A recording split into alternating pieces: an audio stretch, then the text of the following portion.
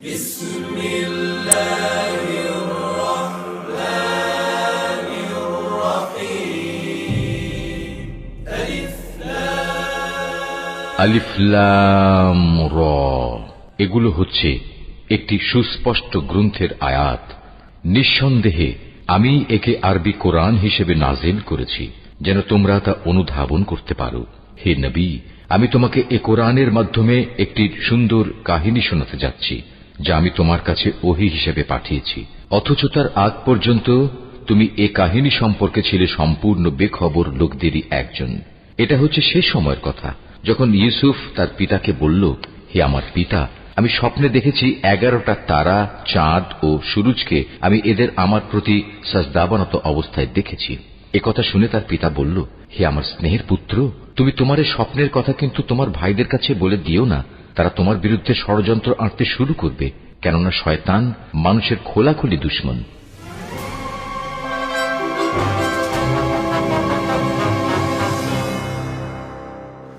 খ্রিস্টপূর্ব 1160 অব্দে ব্যাবেল নামক দেশের দক্ষিণে ফাদ্দান আরাম নামক এক শহর ছিল।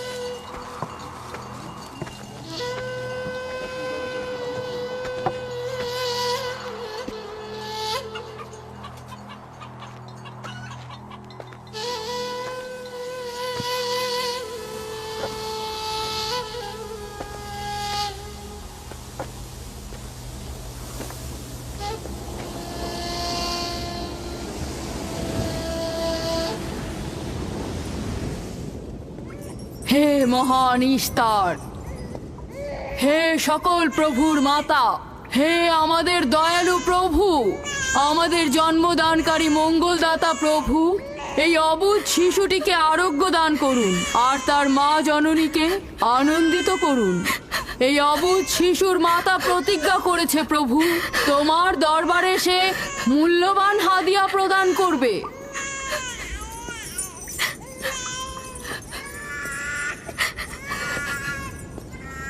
আমি মহান ইস্তারের কাছে প্রার্থনা করেছি যেন তিনি তোমার সন্তানকে জীবিত রাখেন। তুমি এখন তোমার সন্তানকে নিয়ে যেতে পারো। তুমি তোমার সন্তানকে ঠিক সেভাবে মানুষ করবে যেন সে বড় হয়ে নিজেকে ইস্তারের সেবায় বিলিয়ে দিতে পারে।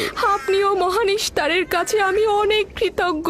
মহান ইস্তারের ওপর রহমত বর্ষিত হোক। আপনার ওই ইস্তারের মেহেরবানিতে আমার মৃত সন্তান জীবিত অবস্থায় ফিরে এসেছে। ইস্তার মহান, তার ওপর রহমত বর্ষিত হোক। ইস্তার মহান, তার ওপর রহমত বর্ষিত হোক। মহান ইস্তার, তার ওপর রহমত বর্ষিত হোক। ইস্তার মহান, ইস্তার মহান, তার ওপর রহমত বর্ষিত। এই বাচ্চাটির মতো আমাদের সন্তানও নিশ্চয়ই সেরে উঠবে, তাই না? ইস্তার খোদা দয়ালু ও শক্তিশালী, তিনি নিশ্চয়ই আমাদের বাচ্চাকে সাফা দেবেন। হ্যাঁ, আমারও তাই মনে হয়। চলো যাই। তোমাদের এ কি হলো? তোমরা তো নিজেরাই ফেরেশতার সেজদা পেয়েছো, আর এখন কিনা নিজেরাই নিজেদের সেজদা করছো। এই পৃথিবীর সৃষ্টির সকল কিছুই ইনসানকে তাসলিম করে, আর তোমরা কিনা প্রাণহীন নির্জীব পাথরকে তাসলিম করছো। এই শোনো, খবরদার বলছি, তুমি এসব বেহুদা কথাবার্তা বলে আমাদের খোদাকে অপমানিত করবে না। আমি এই কথাগুলো নিজে থেকে বলছি না, আমি খোদা কর্তৃক প্রেরিত কথাগুলো এই কিতাব থেকে বলছি। এটি হচ্ছে আসমানি সহি কিতাব, যা আমার দাদা ইব্রাহিম নবীর উপর নাজিল হয়েছিল। আমি তার দিনের অনুসারী এবং এই কিতাবের প্রচলন ও দাওয়াত প্রদানকারী। নিজে থেকে কিছু বলছি না। ওই আসমানি কিতাবে কি লেখা আছে আমাদের খোদাদেরকে অপমানিত করতে হবে? আমি অপমান করছি না, শুধু প্রশ্ন করছি। যদি জেনে থাকো তাহলে উত্তর দাও, আর যদি না জেনে থাকো তাহলে স্বীকার করো। তোমাদের জিজ্ঞাসা করছি, ওই মন্দিরে রাখা ইশতারের মূর্তিগুলো কি তোমাদের প্রভু, নাকি তোমাদের তৈরি বস্তু? ইশতার তোমাদের উপর প্রভাব বিস্তার করে নাকি তোমরা ইশতারের উপর? ইশতার তোমাদেরকে শাসন করে নাকি তোমরা ইশতারকে? পাথরের তৈরি ইস্তার যদি দুর্বল ও অক্ষম হয়ে থাকে, তবে কি করে আমাদের বাচ্চাদেরকে সাফা দেয়? সত্যি কথা, আমরাও দেখেছি। হ্যাঁ, তার হাকিকাত আছে। ইস্তার তার সন্তানকে সাফা দিয়েছে, আমি দেখেছি। ওই প্রজ্ঞাবান যিনি তোমাদের আহাজারি শুনেছেন, তিনি তোমাদেরকে সাফা প্রদান করেছেন, না ইশতার। যদিও তোমরা খোদা ছাড়া প্রার্থনা করেছো আর তিনি ছাড়া তোমরা সাহায্য চেয়েছো, কিন্তু তিনি সকল কিছু সম্বন্ধে অবগত আছেন, তাই তোমাদের আহাজারিতে তার রহমত বর্ষিত হয়েছে, তোমাদেরকে সে সাহায্য করেছেন। সাধারণ দৃষ্টিতে তোমরা ইশতারকে দেখেছো, অন্তর্দৃষ্টিতে দেখোনি, তাই মূল সাফা প্রদানকারীকে চিনতে পারোনি। ইয়াকুবের কথার মূল অর্থটা আমি এখন বুঝতে পারছি। সে চাইছে যে আমরা আমাদের খোদাদেরকে বাদ দিয়ে তার খোদার ইবাদত করি। আমরা আমাদের খোদার অনেক কল্যাণকর কাজ দেখেছি, তোমার খোদার কি দেখছি? আমি তোমাদেরকে সকলের চাইতে ঊর্ধ্বে অবস্থিত খোদার দিকে আহ্বান করছি। তিনি সৃষ্টি সকল কিছুর চাইতে ঊর্ধ্বে। তাই নাকি? কি করে বুঝবো তোমার খোদা অন্যান্য সকল খোদার চাইতে ঊর্ধ্বে? তুমি আর তোমার খোদা ও ইস্তারের মন্দিরের ধর্মযাজকের মতো স্বর্ণরৌপ্য লুটে নিতে চাইছো না, তা কি করে বিশ্বাস করব? আমার বাস্তব অবস্থা হচ্ছে, আমি গভর্নর লাবানের নিয়োজিত রাখাল। আমার কোনো কিছুই নেই, আর কোনো কিছুর জন্য আমি কারো কাছে প্রতিদানও চাইনি। তোমরা কি আমাকে আমার কাজ অন্বেষণ না রাখালি করা ছাড়া আর কিছু করতে দেখেছো? দেখেনি জন্য কি এখন আমাদের দেখতে হবে? তুমি হয়তো সুযোগের অভাবে ভালো আছো, নয়তো তুমিও কোনো অংশে কম যেতে না। তোমরা সবাই একই রকম। ধর্মকে তোমরা মুখোশ বানিয়ে নিজেদের আখের গুছিয়ে নাও, সহজ সরল মানুষদের ঠকিয়ে তাদের সম্পদের রাজা হও। তোমার কষ্ট বুঝতে পারছি। তোমার সন্তান মৃত্যুর কোলে ঢলে পড়েছে, অথচ কেউ তাকে সাহায্য করতে এগিয়ে আসেনি। না ইশতার জাদুকর, না ওই মন্দিরের খোদা ইশতার। তাই সকল খোদাকে দোষারোপ করার অধিকার হয়তো তোমার আছে। মন্দিরের অক্ষম ইস্তারের সঙ্গে আমার কোনো কাজ নেই। আমার কথা তোমার না দেখা প্রভুর সঙ্গে। আমরা অনেক ধৈর্য ধরেছি আর অনেক কষ্টও করেছি। এখন আর কোনো নতুন খোদাদের ধৈর্য ধরার মতো অবস্থা আমাদের নেই। আমাদের ধর্মযাজক আসছে, ফারাজ তার কথার শাস্তি পাবে। পালাও ফারিস, তুমি পালাও। ওইদিকে পালিয়েছে। ওইদিকে যা, ওকে বন্দি করে নিয়ে এসো। দেখো যেন পালিয়ে না যায়। ওকে ছেড়ে দিন, যে ওকে করে মাফ হোক ওকে দিন। ধরে নিয়ে ফিরবে। ওকে ছেড়ে দিন, ওকে মাফ করে দিন।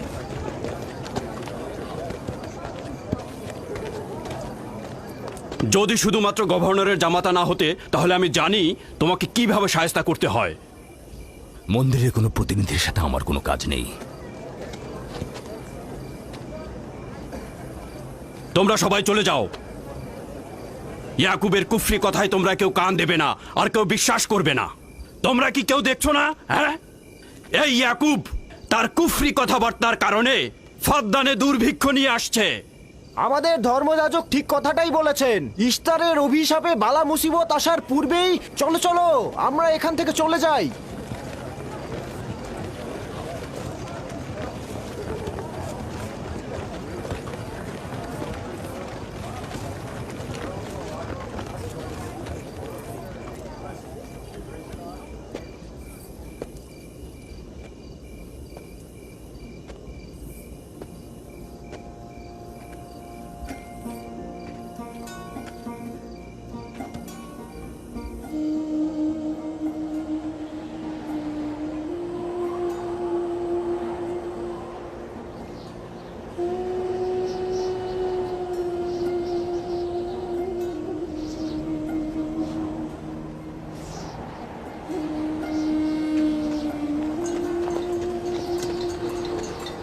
যদি খুব শীঘ্রই বৃষ্টিপাত না হয়, তাহলে ফাদ্দানবাসীর সকল ফসল নষ্ট হয়ে যাবে। আশা করছি মহান খোদা অতি দ্রুতই বৃষ্টিপাত প্রদান করবেন। ওখানে কি হচ্ছে বাবা? এটা ফাদ্দানবাসীর প্রাচীন রীতিনীতি। এখানে ইশতার নিয়ে কেউ কটু কথা বললে তাকে আগুনে নিক্ষেপ করে হত্যা করা হয়। বিচার করা হয় না সে সত্য বলেছে কিনা। ছেড়ে দাও, ছেড়ে দাও আমাকে বলছি, করেছে ছেড়ে দাও আমাকে, ছাড়ো বলছি। হে মহান ছেড়ে দাও। ধর্মগুরু, ওকে মাফ করে দাও, আমাদের উপর রহম করো। আমাকে ছাড়ো, ছাড়ো, আমার কি দোষ? আমি তো কিছু করি নাই। আমি কি বলেছি তোমাদের? আমাকে আমাকে এভাবে বেঁধে নিয়ে যাচ্ছ? আমাকে ছাড়ো। শোনো, তুমি এখানে ভেড়ার পালগুলো দেখে রাখো, আমি একটু আসছি। ছাড়ো, ছাড়ো, ছাড়ো আমাকে। এই, ছেড়ে দাও, ছেড়ে দাও, ছেড়ে দাও। এই, তোমরা তোমরা নির্মমতা করছো, তোমরা আমার উপর নির্মমতা করছো। আমাদের রহম করো। ছেড়ে দাও, ছেড়ে দাও। এই, আমার কি দোষ? আমার কি দোষ? আমাকে ছাড়ো, ছেড়ে দাও। এই, তোমরা আমার উপর অবিচার করছো। ওই যে দেখো, ইয়াকুব কি রাখাল, করছো? গভর্নর লাবানের জামাতা। এটা ঠিক করছো না। আমাদের উপর দয়া করুন, আমাদের উপর রহম করুন। কাফের শাস্তি একটাই। ফাদ্দানবাসী, তোমরা যে এখানে রাখো, তোমরা অবশ্যই শাস্তি পাওয়া উচিত। একদম ঠিক না, আমার উপর অবিচার হচ্ছে। আমি কিন্তু আমাকে এভাবে অমানবিক ভাবে পড়ানো হচ্ছে। এটা তোমরা সহ্য করো না, তোমরা জেগে ওঠো। আমাকে বাঁচাও, বাঁচাও ফাদ্দানবাসী, আমাকে বাঁচাও ফাদ্দানবাসী। আমি বলছি, আমি কোনো অন্যায় করিনি। অভিযুক্ত ফারাজ ইস্তারের শত্রু ও পাথর দিয়ে ইস্তারকে আক্রমণ করতে চেয়েছে এবং আমাদের খোদাকে অসমর্থ ও নালায়েক বলে আখ্যায়িত করেছে। ফদ্দান শহরের প্রাচীন রীতিনীতি অনুযায়ী যে আমাদের খোদা ইস্তারকে অবমাননা করবে তাকে অবশ্যই আগুনে নিক্ষেপ করে হত্যা করা হবে। ফাদ্দানবাসী, তোমরা কি এরকম চুপ করে পাথরের মতো আমাকে দেখে যাবে? তোমরা কি কিছুই বলবে না? আমাকে এরকম অমানবিক ভাবে অত্যাচার করে পোড়াতে যাচ্ছে এই লোকজন। তোমরা কি কিছু বেচারা ফারাজ, তোমরা কি নিশ্চুপ হয়ে সারা জীবন দেখে যাবে? ফাদ্দানবাসী, রক্ষা করো আমাকে, কেউ তো এগো। একদিন আমার মতো তোমাদেরকেও এভাবে পুড়িয়ে ফেলবে ওরা। তোমরা চুপ করে থেকো না, তোমরা এভাবে আমাকে মেরো না। আমার প্রাণ ভিক্ষা দাও, আমাকে এভাবে মেরো না। বেহুদা কান্নাকাটি করো না, হয়তো রক্তের মূল্য পরিশোধ করো, নয়তো আগুনে পুড়বার জন্য প্রস্তুত হও। তাকে আগুনে ফেলো না, এভাবে পুড়িয়ে মেরো না। করো, আমাকে প্রাণ ভিক্ষা দাও, ওকে ছেড়ে দাও। হে ফদ্দানের জনগণ, আমাকে মেরো না। আমাদের রহম আমি একটা কথা জানতে চাই, তার রক্তের মূল্য কত? মূল্য কি তুমি পরিশোধ করবে? না, ও নিজেই তো ইস্তারের শত্রু।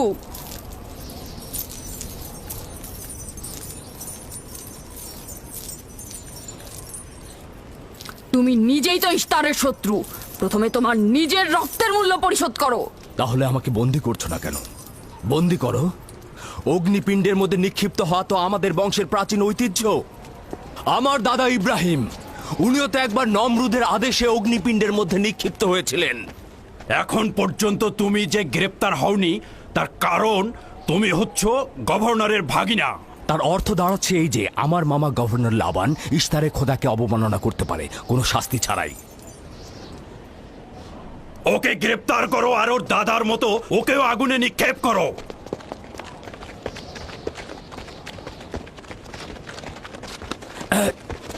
ছেড়ে দাও, আমার প্রশ্নের উত্তর দাও, ছেড়ে দাও আমাকে।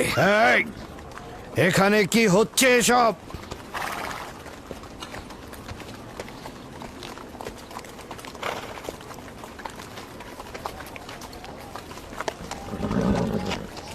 ওকে ছেড়ে দাও আর অভিযুক্তকারীকেও মুক্ত করো। ফারাসের অবশ্যই শাস্তি পাওয়া উচিত। যখন ইয়াকুব জীবনের মূল্য পরিশোধ করতে চায় তখন তোমাদের কোনো অধিকার নেই ওকে শাস্তি দেবার।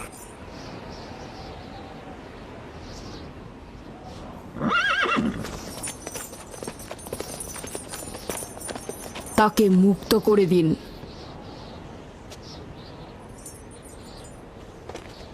ইয়াকুব, তুমি অবশ্যই ফারাসের জীবনের মূল্য স্বরূপ 500 দিনার পরিশোধ করবে। হ্যাঁ, কোনো সমস্যা নেই, আমি এই অর্থ পরিশোধ করব।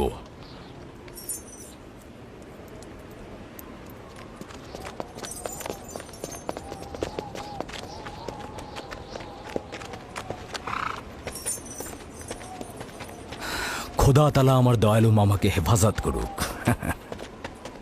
ইয়াকুব, আমি তোমাকে কতক্ষণ এরকম বিপদ থেকে বাঁচাতে চোখে চোখে রাখবো?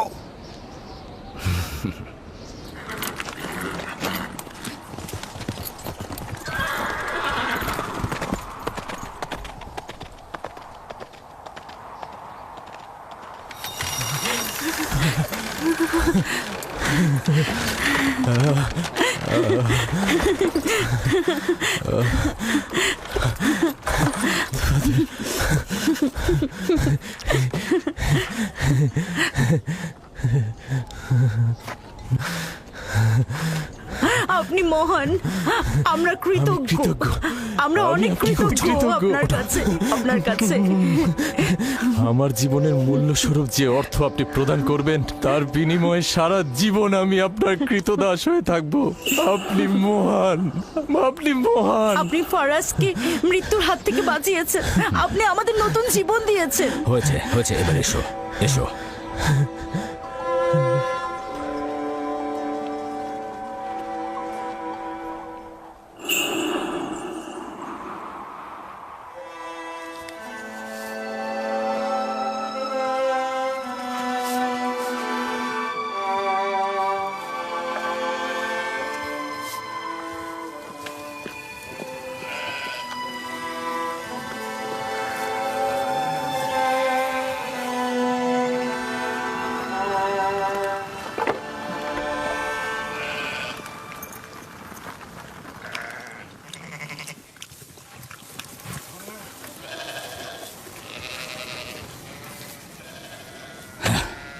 লোকটি আসলেই খুব ভালো, আসার পর থেকে শুধু কাজই করে যাচ্ছে।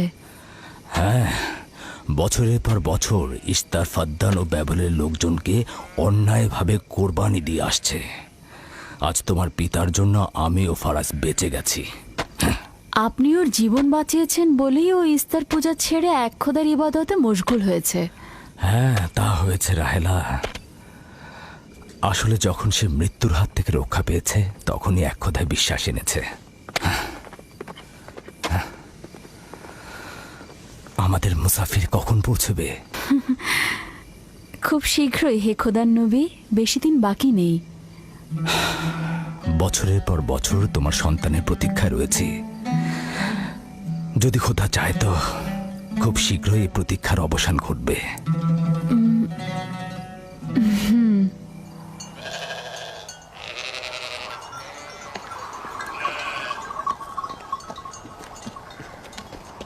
ইস্তেকদার, তোমার ও তোমার পরিবারকে সালাম।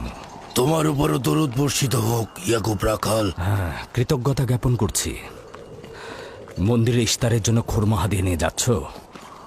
প্রভুদেরকে তো অবশ্যই খুশি করতে হবে, তা না হলে তো এবছর বৃষ্টিপাত হবে না, তাই না?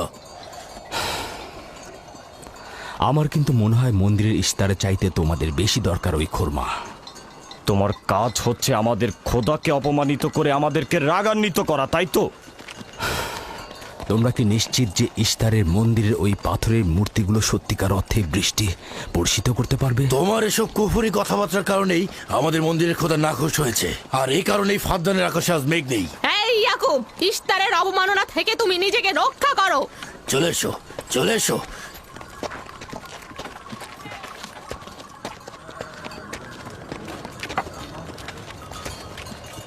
এটা তোমাদের কেমন বিবেচনা? তোমরা শক্তিশালী ও দয়ালু এক খোদাকে রেখে নির্জীব পাথরের উপাসনা করছো। কেন তোমরা বিষাদগ্রস্ত জমিনে নিজেদের আত্মাকে এক খোদার ইমানের নূরে আলোকিত করছো না?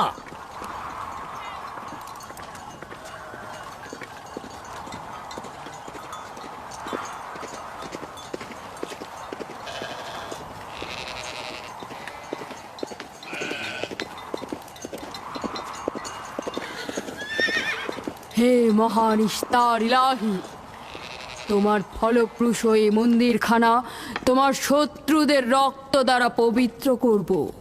শুষ্ক মৌসুমকে এই অঞ্চল থেকে দূর করে দাও, তোমার রহমতের বৃষ্টি বর্ষণ করো। হে মহান ইস্তার ইলাহি, তোমার এই ফলপ্রসূ মন্দিরকে তোমার শত্রুদের রক্ত দ্বারা পবিত্র করব। হে মহান ইস্তার ইলাহি, এই অঞ্চলের শুষ্ক মৌসুমকে তুমি দূর করে আলী দাও। জনাব। তোমার রহমতের বৃষ্টি বর্ষণ করো। হে ইয়াকুব আবারও মহান মন্দিরের ইস্তার বিপক্ষে ইলাহি, দাঁড়িয়েছে। আমাদের খোদাকে তোমার অবজ্ঞা করেছে। রহমতের বৃষ্টি বর্ষণ করো। হে ইস্তেকদারের সাথে মন্দিরে ঢোকার সময় কথা বলেছে। তোমার আমিও দূর রহমতের থেকে দেখেছি। বৃষ্টি বর্ষণ করো। হে মহান ইস্তার ইলাহি, তোমার ইয়াকুব হাত গুটিয়ে বসে থাকবে না। ধ্বংস করো, তোমার দুশমনদের ধ্বংস করো, আর ফারদানের জনগণের উপর রহমতের বৃষ্টি বর্ষণ করো।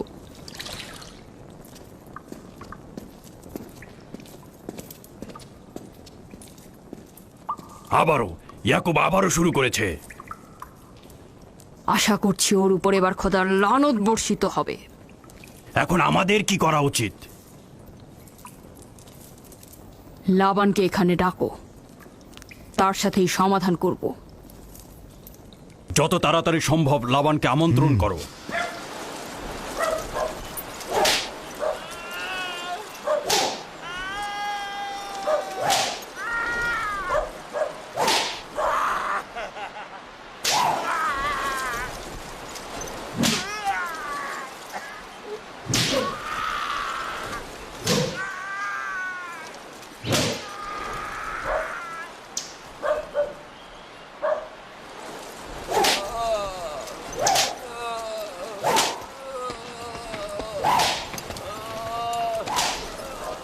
জনাবে আলী, ইস্তার মন্দিরের মহান ধর্মগুরু আপনাকে সাক্ষাতের জন্য আমন্ত্রণ জানিয়েছেন। গুরুত্বপূর্ণ কিছু?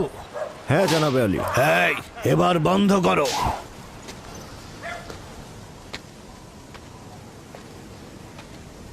তুমি যদি আবারও চুরি করেছো, তাহলে তোর আর আঘাতে আর জীবিত ফিরবে না।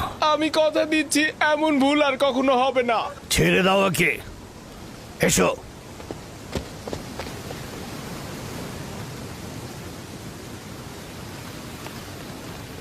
প্রকৃতপক্ষে বিষয়টা আসলে আপনার জামাতা ইয়াকুবকে নিয়ে। ইয়াকুবের আমলনামা তার নিজের সঙ্গে সম্পৃক্ত। আমি উত্তরদাতা নই। না ঠিক আছে, কিন্তু ইয়াকুব তো ইস্তারকে অবজ্ঞা করে। এটা ধর্মগুরুদের কর্তব্য তার প্রশ্নের উত্তর দেওয়া। আর যদি উত্তর দিতে সক্ষম না হও, তাহলে কেন আমার শরণাপন্ন হও?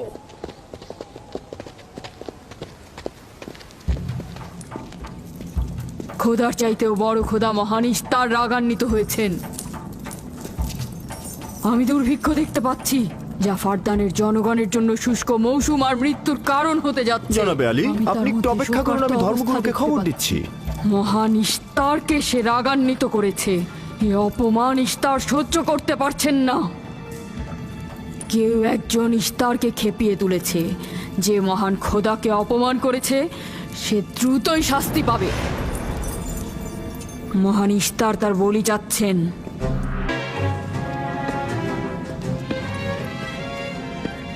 লাবান, কেন তোমার ভাগিনে ইয়াকুবের কুফরি বন্ধ করছো না? তোমরা তো ব্যাবিলনের জনগণের ইমানের মালিক। তার প্রশ্নের জবাব দিয়ে দাও। আমি তো গভর্নর, ধর্মগুরু নই। কিন্তু সে তোমার ভাগিনা এবং তোমার কন্যাদের স্বামী। আমি ফারদানের শান্তি আর নিরাপত্তায় নিয়োজিত। আমার ভাগিনার কার্যাবলী দেখার জন্য নয়। এই কারণেই তাকে শান্ত করতে হবে। সে ফারদানের শান্তি নষ্ট করছে। ফারদানের শান্তি ফিরিয়ে আনতে হবে। তা না হলে অতি দ্রুত ফারদানের বুকে দুর্ভিক্ষ নেমে আসবে, আর এটার দায়ভার সম্পূর্ণ ইয়াকুবের। কি করে করি বলো? ইয়াকুব এখানে ভেড়া রক্ষণাবেক্ষণের প্রধান ব্যক্তি, অর্থনৈতিক চালিকা শক্তিও বটে। আর ও কিনা হয়ে গেল এখানকার বদখদের প্রধান কারণ। হ্যাঁ, কারণ ও এখনো ইস্তারের কুফরি করেই যাচ্ছে। ইয়াকুব তো ব্যাবিলনের খোদাদের উপর ঈমান আনেনি, কিন্তু তারা তো কিছু বলেনি। ব্যাবিলনের খোদাদের প্রতি ঈমান না আনলেও তাদেরকে কখনো অবজ্ঞা করে কথা বলেনি। কিন্তু এখানে তো সে মহান ইস্তারকে অবমাননা করেই চলেছে। তুমি অবশ্যই তাকে শান্ত করবে। অবমাননা করে? অবশ্যই করে। তুমি কি কখনো ভেবে দেখেছো যে ব্যাবিলন রাজ্য কেন তোমাকে নিয়োজিত করেছে? তাহলে এটাও জেনে রাখো কেন আমাকে গভর্নর নিয়োগ করা হয়েছে। উত্তম হলো এটা জানা যে আমি ব্যাবিলন থেকে ফরমান গ্রহণ করি, না তোমাদের থেকে, না তোমাদের ইস্তার থেকে। যদি ইস্তারের মন্দিরের ধর্মগুরু বাবেল এই কথাগুলো তুলে ধরেন তবে কোনো অসুবিধা নেই তো?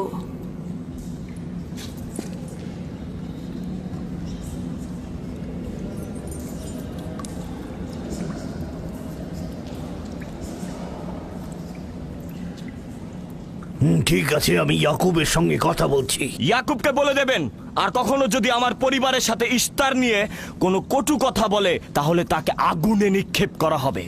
কুকুরের ছানা তার বাবা মার কাছে ঘেউ ঘেউ শেখার আগে নেকড়ের কাছে ছিন্ন ভিন্ন হয়ে যায়।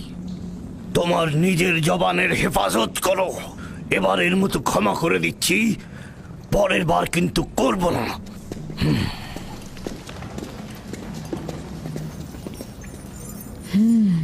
সবাই শুনে রাখো, যদি দুর্ভিক্ষের কারণে আমার ফসল নষ্ট হয় তবে ইয়াকুব আর তার পরিবারের কাউকে আমি জ্যান্ত রাখবো না। দেখা যাক না, একবার এ তো কোনো কথা বলে লাভ নেই।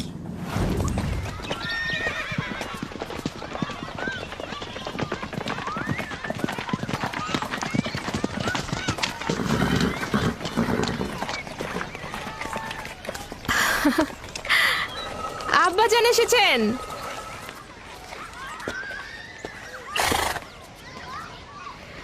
আসসালামু আলাইকুম আব্বাজান, এবার অনেকদিন পর এলেন। সালাম আব্বাজান। কি সৌভাগ্য আমাদের, ফাদ্দান আরামের মহৎ ব্যক্তি দেশের গভর্নর তাহলে সময় পেলেন মেয়েদের দেখতে আসার। এই ইয়াকুবটাকে নিয়ে আর পারি না। কি হয়েছে আব্বাজান? আবারও কি ইস্তার মন্দিরের ধর্মগুরুরা অভিযোগ করেছেন? তার মানে ফারদানের এইসব দাঙ্গা হাঙ্গামা ধর্মগুরুদের ষড়যন্ত্র। ইয়াকুব এগুলোর সঙ্গে জড়িত নয়, তাই তো? আব্বাজান, আপনি খুব ভালো করেই জানেন ইয়াকুব রেসালাত আর নিজের কাজ ছাড়া অন্য কিছুই করে না। কয়েক হাজার বছরের প্রচলিত ইস্তার মন্দিরের সঙ্গে তার কি কাজ? যদি সে এটাই চায় যে সে তার পিতামহের দিন প্রচার করবে, তাহলে সে আমাদের পরিবারের সঙ্গে করুক। কিন্তু মানুষের বিশ্বাসকে কেন অবমাননা করছে? আমার মনে হয় আব্বা আপনি ভুল করছেন। সে অবমাননা করছে না, সত্য প্রচার করছে। আব্বাজান, কিছু মনে করবেন না। ইয়াকুব আসলে এক খোদার প্রতিনিধি হয়ে তার নিয়মকানুন সম্পর্কে জনগণকে সচেতন করে তুলছেন, যেটা তার কর্তব্য বলে মনে করছেন। যেরকম আপনার কর্তব্য ফাদ্দানের জনগণের নিরাপত্তা প্রদান করা। তোমরা তার মতো কঠোর ও বেপরোয়া হয়েছ। আমি যদি চাই দায়িত্ব পালন করতে, তাহলে তোমরা মরুভূমিতে ভবঘুরে হয়ে ঘুরবে। আব্বাজান, আমি আর আমার বোন লিয়া আমাদের স্বামীর দিনে অটল আছি, তাই এক খোদার আইন বাস্তবায়নে আমরা তাকে সাহায্য করেই যাব। তোমরা সবাই দেওয়ানা হয়ে গেছো। তোমরা কেউ আমার অবস্থার কথা চিন্তা করছো না। তোমরা কি জানো, ব্যাবিলনের ধর্মগুরু যদি জানতে পারে আমার ভাগিনা ইস্তারের বিরুদ্ধে অপপ্রচার চালাচ্ছে, তাহলে আমার কি অবস্থা হবে ভাবো। আমি তখন কতটা বিপদে পড়বো। ইয়াকুবের খোদার শক্তি ওই বাবেলের মন্দিরের ইস্তারের থেকে অনেক বেশি। আব্বাজান, আমাদের উচিত হচ্ছে আমাদের নিজেদের খোদাকে ভয় করা, ওই পাথরের খোদাকে নয়। আমার না তার খোদার সঙ্গে কোনো কাজ রয়েছে, না এদের খোদা। শুধু বলবো ইয়াকুবের কোনো অধিকার নেই ফাদ্দানের লোকের কাছে আমার অবস্থান নড়বড় করে দেয়া। কি হয়েছে রাহেলা? রাহেলা, রাহেলা, কি হয়েছে রাহেলা?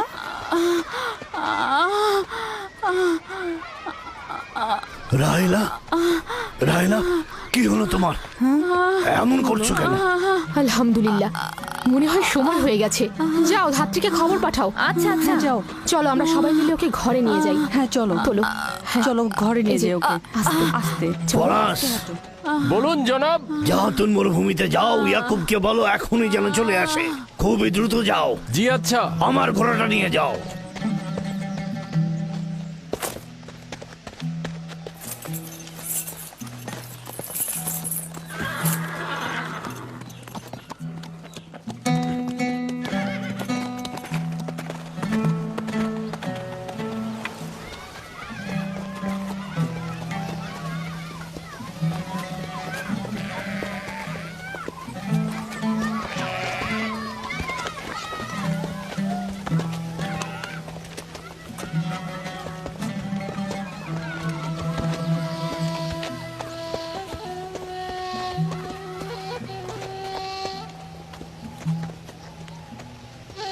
রাখালেরা চতুষ্পদী প্রাণীগুলোকে হেদায়েত করে, আর নবুয়াত ইনসানদের হেদায়েত করে থাকে।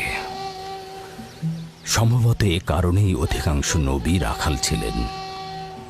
আমি ইসরায়েল, ভেড়াগুলোর সঙ্গে আমার সন্তানদেরও মরুভূমিতে নিয়ে এসেছি, যাতে তারা হেদায়েত গ্রহণ শিখতে পারে। আমার সন্তান বনি ইসরায়েলেরা কেন ক্ষমতা ও পেশি শক্তিকে মূল দণ্ড হিসেবে মনে করছে? আমি তো তাদেরকে পেশি শক্তি বা জোর করে চাপিয়ে দেওয়া কোনো কিছু শিক্ষা দেইনি। তোমরা কি শুরু করলে? তোমরা কি শুরু করলে? ওঠো, ওঠো, শামুন, ওঠো। আমার উত্তরাধিকারী ও পরিবারের প্রধান সেই হবে যে খোদাকে সবচাইতে বেশি ভালোবাসবে। ইব্রাহিম ও ইসহাক ছিলেন সর্বোৎকৃষ্ট।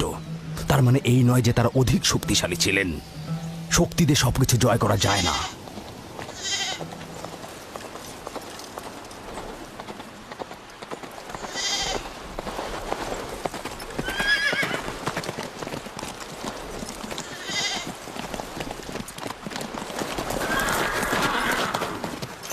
কি হয়েছে ফারাজ?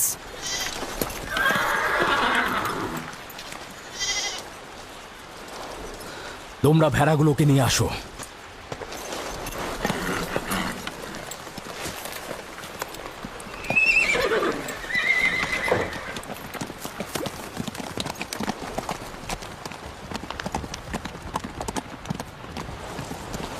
কিছু কি হয়েছে? আব্বাজান কোথায় গেলেন? কিছুই না, ভেড়াগুলোকে একত্রিত করো, আমরা ফিরে যাব।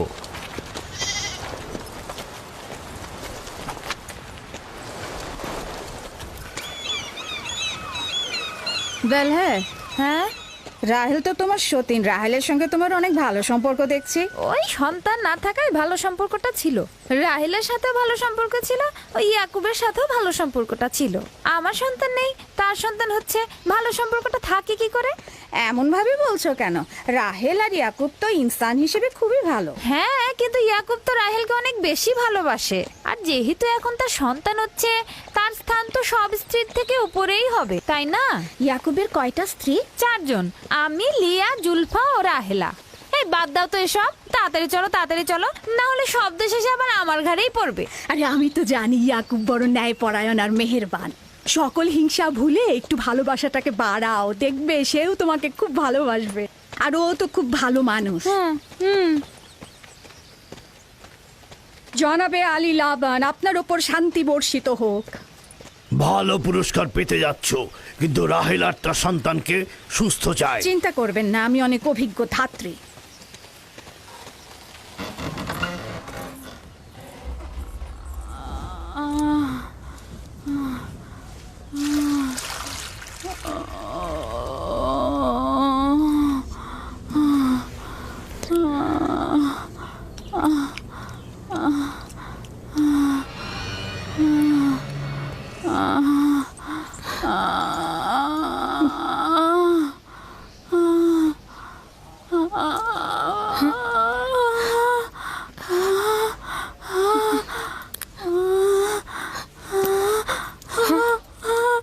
চিন্তা করো না, সব ঠিক হয়ে যাবে। খোদা মহান।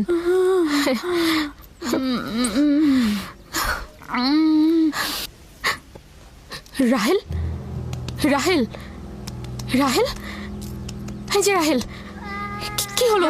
কথা বলো। রাহেল, রাহেল, রাহেল, রাহেল রাহেল বেহুশ হয়ে গেছে। রাহেল, রাহেল চোখ খোলো। রাহেল কথা বলো। রাহেল, রাহেল, এই যে রাহেল। রাহেলা, হ্যাঁ, এমন তো নয় তার উপর ইস্তারের খোদা রাগ পড়েছে।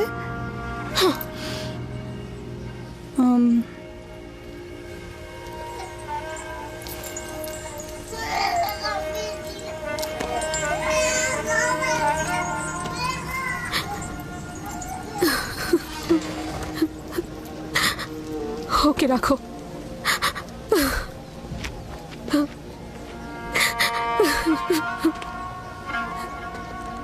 তোমরা তোমার খালার জন্য দোয়া করো, তোমাদের দোয়া খুব তাড়াতাড়ি কবুল হবে।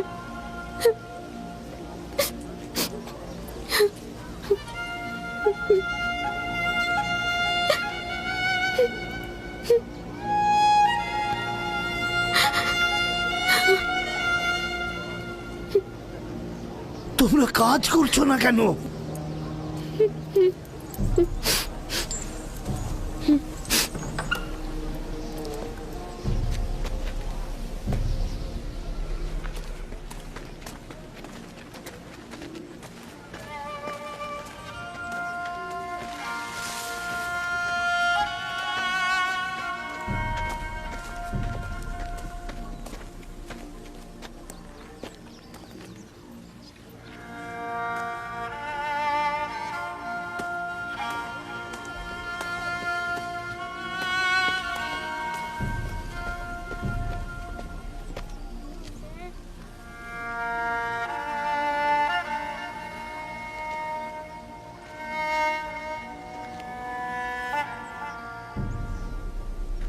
কেউ একজন ইস্তারকে রাগান্বিত করেছে।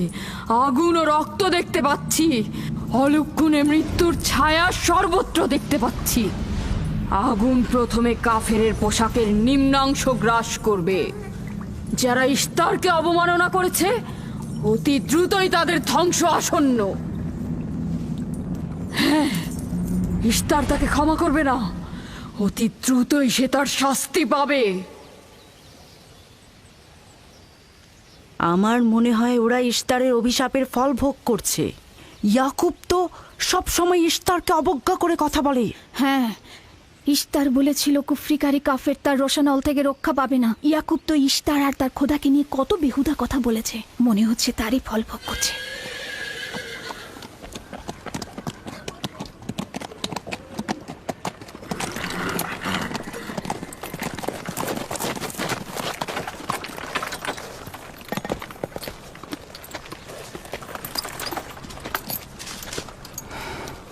রাহেলের অবস্থা কেমন?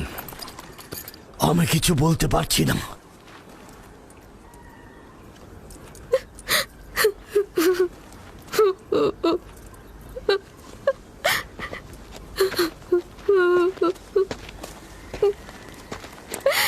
কিছু একটা করুন, রাহেলের অবস্থা খুবই খারাপ। শান্ত হও, খোদার উপর ভরসা রাখো। তিনি যেমন চাইবেন তেমনই হবে, ভরসা রাখো। মানুষজন সব বলা বলি করছে, ইস্তারের অভিশাপে আমরাই বিপদে পড়েছি।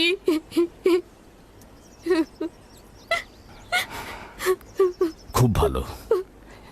এবার দেখা যাক রাহেল ও তার সন্তানের খোদা সবচাইতে বেশি শক্তিশালী নাকি ওই ইস্তারের খোদা। খোদা রহম করো। তোমরা রাহেলের দিকে লক্ষ্য রেখো, আমি একটু আসছি। কোথায় যাচ্ছেন? আমাদের এই অবস্থায় ফেলে যাবেন না। শান্ত থাকো, আমার একাকিত্বের প্রয়োজন। তুমি খোদার সঙ্গে যা করার করো, আমি হাত পা গুটিয়ে বসে থাকতে পারবো না। আমি অবশ্যই হেকিমি চিকিৎসার ব্যবস্থা করব। আমি চিকিৎসকের নিকটে যাচ্ছি, প্রকৃত চিকিৎসক।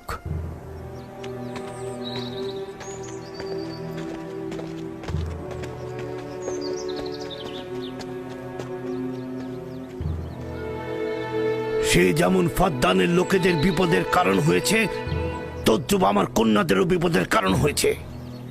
জানি না ওর সঙ্গে কি করব।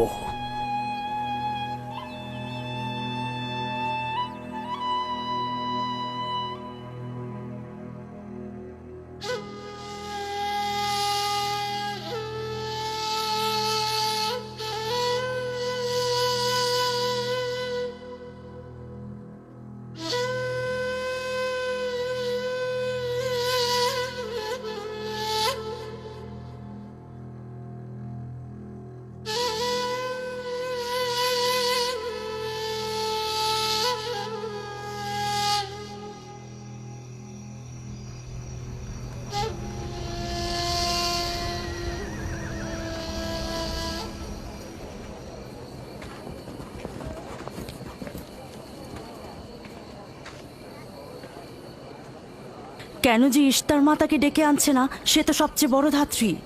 হ্যাঁ, তারা বলছি। জনাব লাবান, ইস্তারের কাছে লোক পাঠান। ধাত্রী হিসেবে সে কিন্তু সবচাইতে ভালো।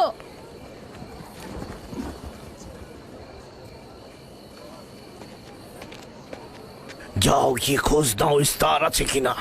যা চাই তাই দেবো। বলবে লাবান বলেছে যদি তার কন্যাকে নাজাত দাও, ইয়াকুবকে ফাদ্দান থেকে বার করে দেবো আর তার পাপ থেকে ইস্তার মন্দিরকে রক্ষা করব। যাও।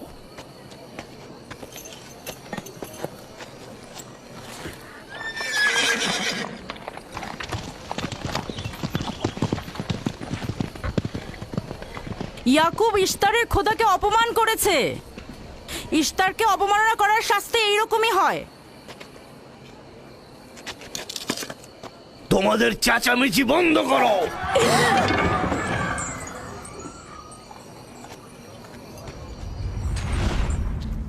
ইয়াকুবকে বলো কেন সে তার খোদার কাছে সাহায্য চাচ্ছে না। আমি যদি তার জায়গায় থাকতাম তবে অবশ্যই এ সময় আমার খোদাকে ভুলে যেতাম না। আমাকে পাঠিয়েছেন জনাব লাবান। তিনি কথা দিয়েছেন তার কন্যাকে যদি নাজাত দিতে পারেন ইয়াকুবকে ফাদ্দান থেকে বের করে দেওয়া হবে। আমার দৃষ্টিতে এটা সর্বোত্তম সময় ফাদ্দানবাসীকে মহান ইস্তারের কুদরত সম্পর্কে জানিয়ে দেবার এবং তার শক্তিমত্তা সম্পর্কে বুঝিয়ে দেবার এটাই উৎকৃষ্ট সময়। যদি রাহেলাকে বাঁচাতে পারো তাহলে তোমাদের উপর ফাদ্দানবাসীর ঈমান বৃদ্ধি পাবে। এখানে স্বর্ণরৌপ্যের ভান্ডার হবে। রাহেলের মৃত্যুও একই পরিণাম নিয়ে আসবে। বাদ দাও, মরে যাক। খুব ভালো, যাও এই কথাই গিয়ে বলো রাহেলের মৃত্যু ইস্তারের অভিশাপের ফল। একক খোদার ইবাদত করা এবং ইস্তারকে দেখেও না দেখার ভান করার এমনটাই ফল। যদি এমনটা হতো, রাহেল ও তার সন্তানের মৃত্যুর পর আকাশ থেকে বৃষ্টি বর্ষিত হচ্ছে।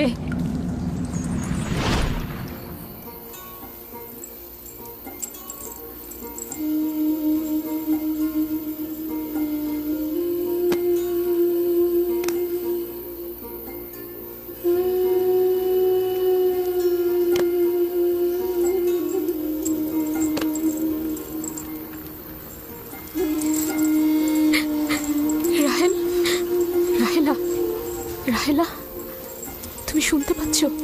এই যে, রাহেল, কি করছো এসব? আরে ধোঁয়া দিয়ে জ্ঞান ফেরাতে হবে, তাহলে মা বাচ্চা মারা পড়বে। এই ধোঁয়া তাকে মেরে ফেলবে, সুস্থ করবে না।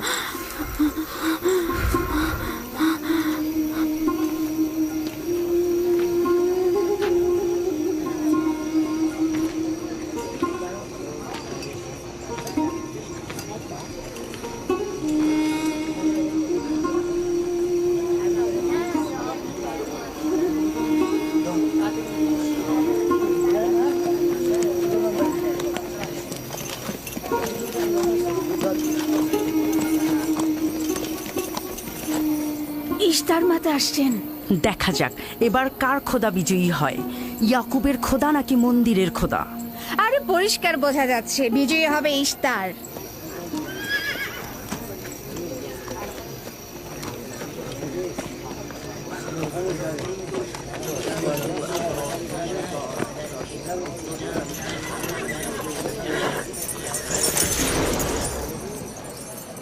লাবান, আমার কথায় কষ্ট পেয়েছো তাই না? আর ইয়াকুব যে বলল তার খোদা সর্বশক্তিমান, অধিক দয়ালু, তবে তার খোদা কেন এসে তাকে সাহায্য করছে না? রাহেলের জীবন এখন তোমার হাতে, তুমি তাকে সাহায্য করো। আমি কখনোই ভাবিনি যে ইয়াকুব এত দ্রুতই মহান ইস্তারের শরণাপন্ন হবে। কত অবাক করা বেহুদা ও কাল্পনিক, মিথ্যা আর বাতিল চিন্তার মধ্যে মগ্ন আছো। এই বাতিল চিন্তার সত্যতা একটু পরেই তুমি উপলব্ধি করবে, যখন তোমার স্ত্রী সন্তান মৃত্যুর মুখে পতিত হবে। জীবন ও মৃত্যু সম্পূর্ণ খোদার হাতে, না ইস্তারের পাথরের মূর্তির হাতে। আমি ইস্তারকে এখানে আসতে বলেছি। রাহেলের অবস্থা খুবই খারাপ। রাহেলের নিজের খোদা ব্যতীত আর কারো খোদার প্রয়োজন নেই। তুমি বের হয়ে যাও, বের হও। ইয়াকুব, আমি এখানে দাঁড়িয়ে আছি। দাঁড়িয়ে আছো কেন? বের হয়ে যাও। তোমার স্ত্রী সন্তান ধ্বংস হবে। মহান ইস্তারের ক্রোধে তোমাদের ধ্বংস অনিবার্য। আমার সহধর্মিনী তোমার দয়ায় আসেনি যে তোমার বদ দয়ায় ধ্বংস হয়ে যাবে। তুমি বের হয়ে যাও। ফাদ্দানের জনগণ, এই লোক নিজের জন্য কোনো রহম নিয়ে আসেনি এবং সে তোমাদেরও কোনো রহম দিতে পারবে না। সে তোমাদের জন্য যেমন দুর্ভিক্ষ নিয়ে আসছে, তেমনি তার স্ত্রী পুত্রের জন্য মৃত্যু ডেকে নিয়ে আসছে। অতি দ্রুতই তোমরা ইস্তারের কুদরত দেখতে পাবে। তোমার কারণে আমার কন্যার জীবন যদি বিপন্ন হয়। হে পরওয়ারদিগার, তোমার আকাশ মেঘাচ্ছন্ন, কিন্তু ইয়াকুবের চোখ থেকে অঝরে ঝরছে। রাহেল 11 বছর ধরে একটি সন্তানের জন্য অপেক্ষায় প্রহর গুনছে। 11 বছর ধরে ফাদ্দানের নারীরা তাকে কত কটু কথা বলেছে, কিন্তু সে ধৈর্য হারায়নি। কতজন তাকে বন্ধা বাজা বলেছে, কেউ কেউ তাকে নিষ্ফলা ফলহীন বলে ডেকেছে।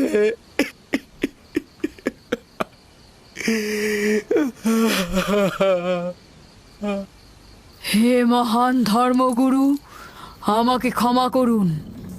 আজ রাতে ইয়াকুব ও তার পরিবারের জন্য খোয়াব দেখেছি। আমাকে একাকী থাকতে দিন।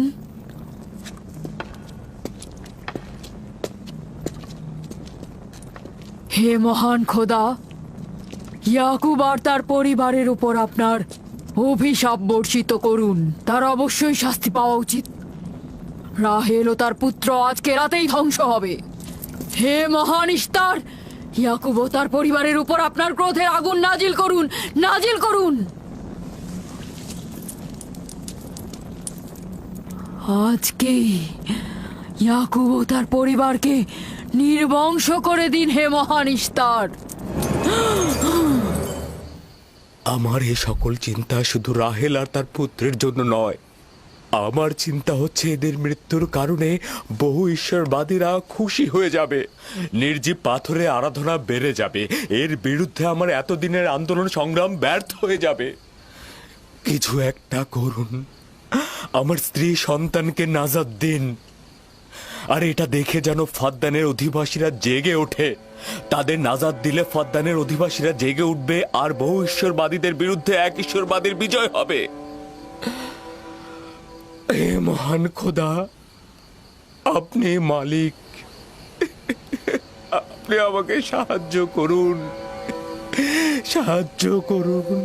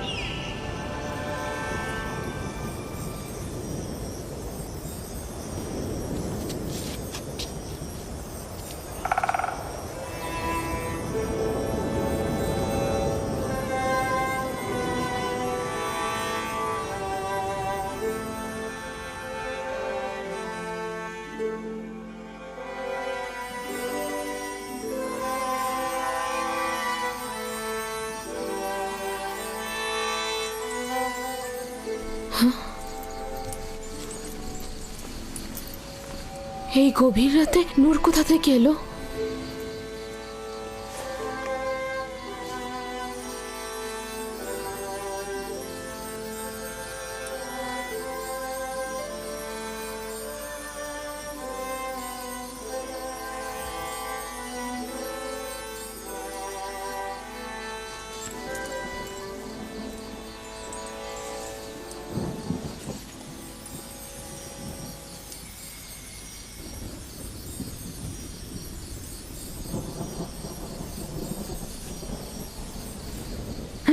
রাহেলের হুঁশ ফিরেছে।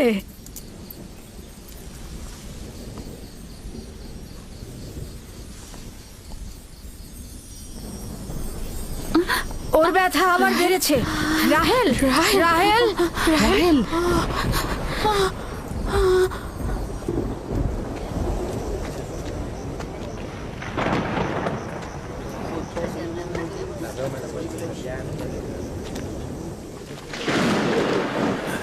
মনে হচ্ছে আজকে রাত্রি বৃষ্টি হবে। মনে হয় না। ইয়াকুব আর রাহেলই তো ফারদানের দুর্ভিক্ষের কারণ। এটি মহান খোদার ক্রোধের নিশান। বিদ্যুৎ গর্জনের মতো ক্রোধ নিয়ে মহান খোদা পৃথিবীতে অবতরণ করবেন। ইয়াকুব ও তার পরিবারকে শাস্তি প্রদান করবেন। হে মহান ইস্তার, আপনার প্রভুত্বের সীমারেখা দিয়ে প্রতিহত করুন। আপনার ক্রোধের আগুন ইয়াকুবের পরিবারের ওপর নিক্ষেপ করুন।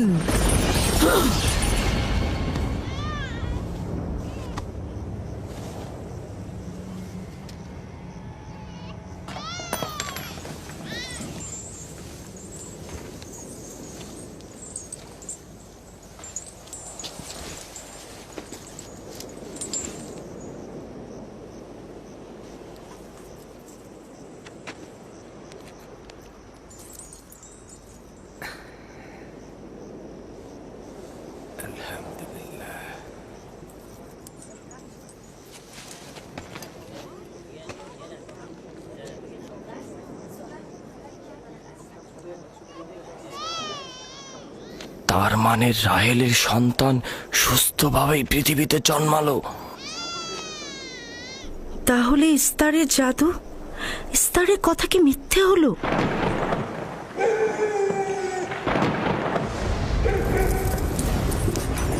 ফাদ্দানের জনগণ আপনার কুদরতে আজিম আর জাদুকর ইশতারের জাদু দেখুক।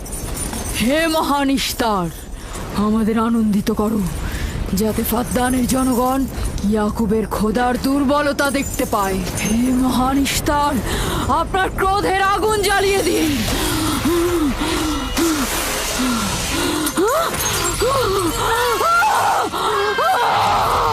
আগুন, আগুন,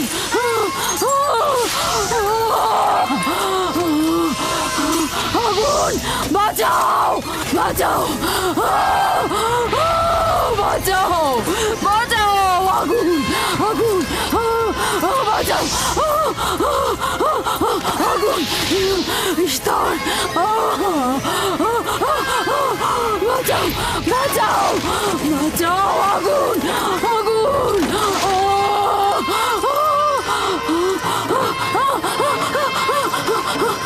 আগুন, আগুন, আগুন, আগুন, বাঁচাও, বাঁচাও, বাঁচাও।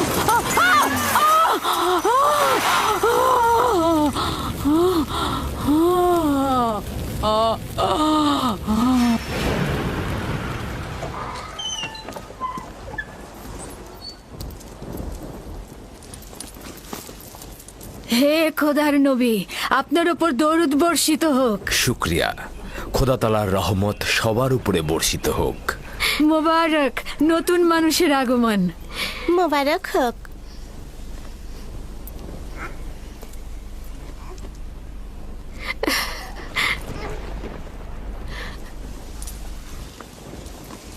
খোদা তাআলার এই অশেষ রহমতের জন্য তার কাছে শুকরিয়া জ্ঞাপন করছি, আর খোদা তাআলার কাছে তোমার আর আমাদের সন্তানের জন্য কল্যাণ কামনা করছি। 11 বছর ধরে তোমার অপেক্ষায় ছিলাম, এত দেরি করলে কেন? জানতে চাইলেন না আপনার সন্তান মেয়ে না ছেলে? ইউসুফ কি মেয়ের নাম নাকি ছেলের নাম? আপনি কি করে জানলেন? কে আপনাকে বলেছে? তিনি, যিনি কিছুক্ষণ আগে আমাকে এই আগমনের সুসংবাদটা দিয়েছেন।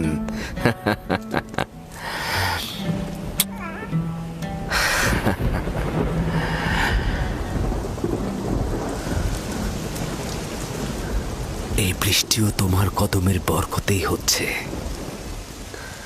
খোশামদিদ।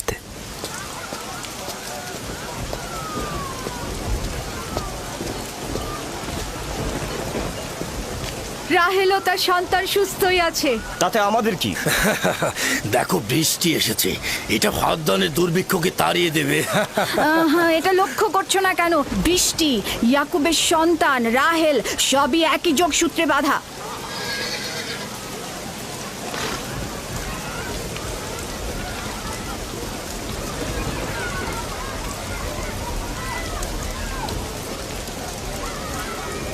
তার মানে রাহেল ও তার সন্তান রহমত স্বরূপ এসেছে। হ্যাঁ, বুঝতে পারছো না? এর জন্যই তো রহমতের বৃষ্টি হচ্ছে।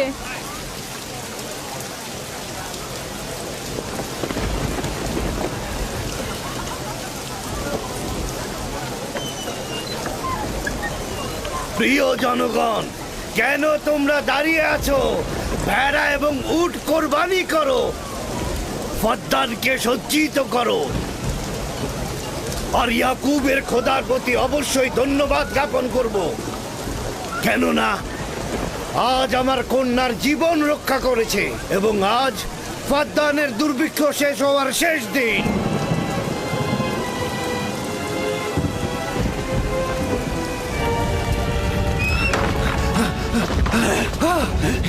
কি হলো? আগুন কিভাবে লাগলো? আগুন লেগেছে। ইস্তার, ইস্তার পড়ে যাচ্ছে। এ মহান ইস্তার, যাবেন না ওখানে, যাবেন না ওখানে, আগুন লেগে যাবে, আগুন লেগে যাবে, যাবেন না ওখানে, যাবেন না, পুড়ে যাবেন। তোমরা কে কোথায় আছো? আগুন লেগেছে, ইস্তার পুড়ে যাচ্ছে। ইস্তারের মন্দিরে আগুন লেগেছে। হায় হায়, আগুন লেগেছে। দেখুন জনাব আলী, ইস্তারের মন্দিরে আগুন লেগেছে, দেখুন। কি বললে, কি হয়েছে? ইস্তারের মন্দিরে আগুন লেগেছে, সব পুড়ে যাচ্ছে।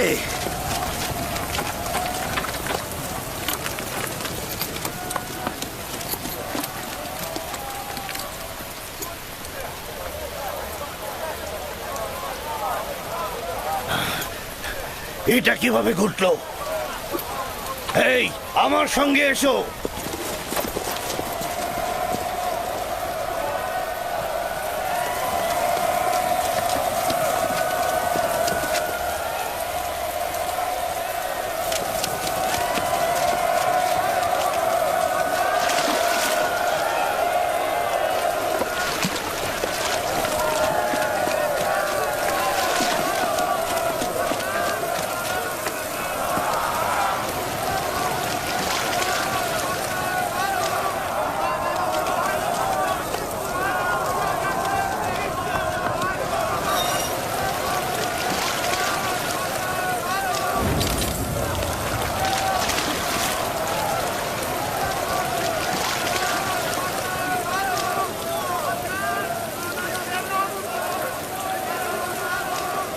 বৃষ্টিতে সবকিছু ধৌত করে আগুন নিভিয়ে দেয়, তাহলে মন্দিরের আগুন কেন নিচ্ছে না? এটা তো অদ্ভুত ঘটনা। বাঁচাও, বাঁচাও, বাঁচাও, আগুন, পুড়ে গেলাম, পুড়ে গেলাম, বাঁচাও, বাঁচাও আমায়, বাঁচাও। বাঁচাও, আগুন, আমাকে বাঁচাও, আমাকে বাঁচাও।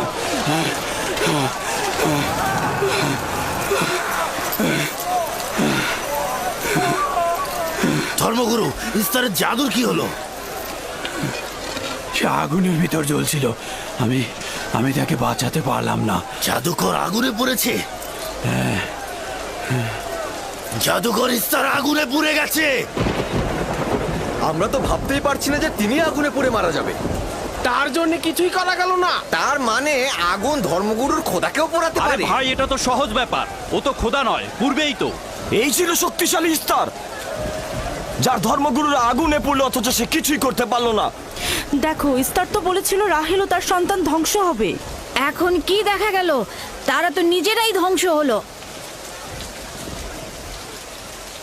জনাব লাবান, কোথায় যাচ্ছেন? ইয়াকুবের খোদার প্রতি ঈমান আনতে যাচ্ছি।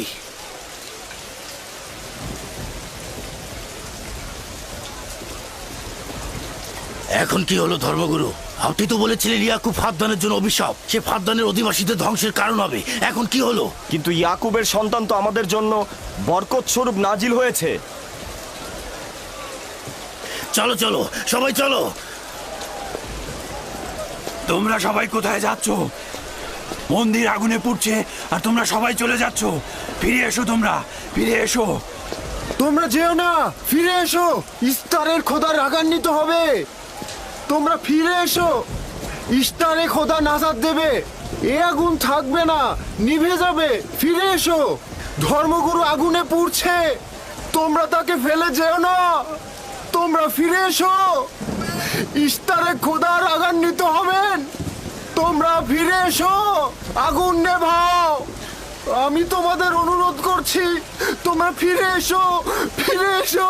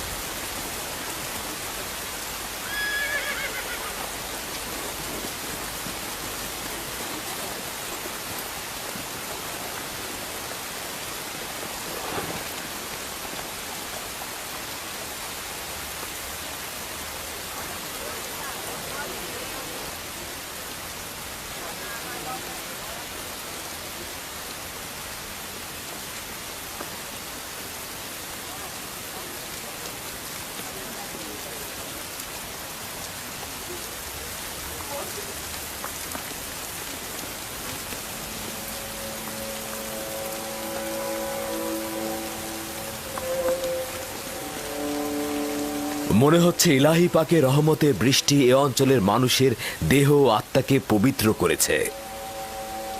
তোমার সন্তানের পবিত্র আগমনে এই অঞ্চলে বৃষ্টি বর্ষিত হলো। তোমার সন্তানকে আমাদের দেখাও।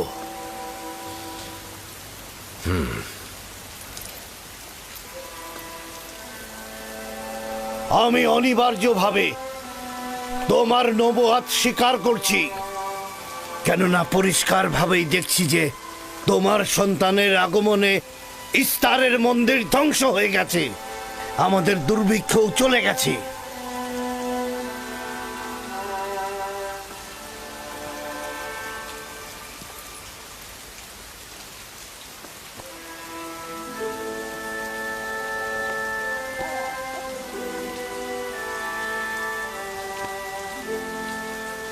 ইউসুফের কদম মোবারক। কিন্তু যিনি ওই ইস্তার মন্দির ধ্বংস করেছেন এবং ফাদ্দানে বৃষ্টি বর্ষণ করেছেন, তিনি আমার খোদা। তিনি এক এবং অদ্বিতীয়। তোমরা কি চাও না তাকে দেখতে? আমি এবং আমার স্ত্রী আপনার খোদাকে দেখেছি। আজকে ফাদ্দানের জনগণতা দেখল। যেমনি আপনার খোদার রহমত দেখল, তেমনি নিজেদের খোদার অপদস্থ দেখল। এখন ওরা এসেছে একাত্মবাদী খোদার প্রতি ঈমান আনতে। হে খোদার নবী, হে খোদার নবী, ওদের অন্তরকে ঈমানের নূরে আলোকিত করুন। তোমরা সবাই কি ফারাসের কথার সাথে একমত? তাহলে আমার সাথে বলো, আমরা সকল নির্জীব ও পাথরের তৈরি খোদা থেকে এবং অন্যান্য জমিনের খোদা থেকে বিচ্ছেদ ঘটাচ্ছি এবং এক ও অদ্বিতীয় খোদার ঈমান আনছি, যিনি আসমান ও জমিনের খোদা, এবং সকল প্রেরিত মহাপুরুষদের প্রতিও ঈমান আনছি ও তাদের সকল ফরমানের প্রতিও আনুগত্য স্বীকার করছি।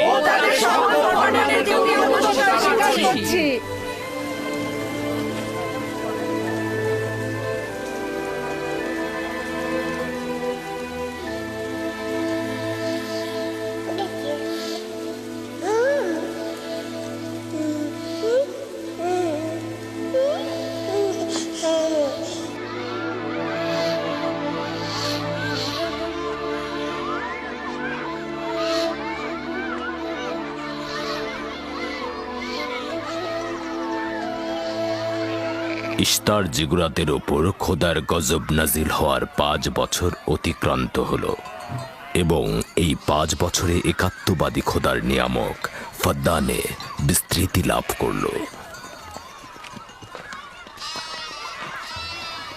ইয়াকুব নবীর প্রিয় সহধর্মিণী এবং ইউসুফের মাতা রাহেল আবারও মা হতে চলেছেন। ইউসুফ, জি আম্মাজান। আজ তুমি তোমার পিতার সাথে মরুভূমিতে যাবে। ঠিক আছে আম্মাজান, আপনি যা বলবেন তাই হবে। এই যে নিন।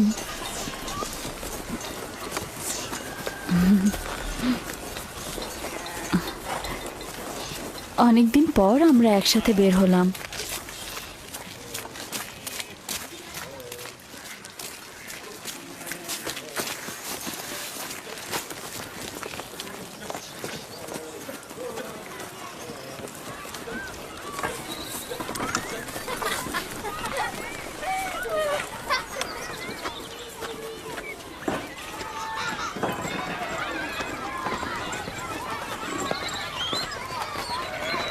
রাহেলের যখন সন্তান ছিল না তখনও সে ইয়াকুবের প্রিয়তম ছিল, আর এখন তো কথাই নেই।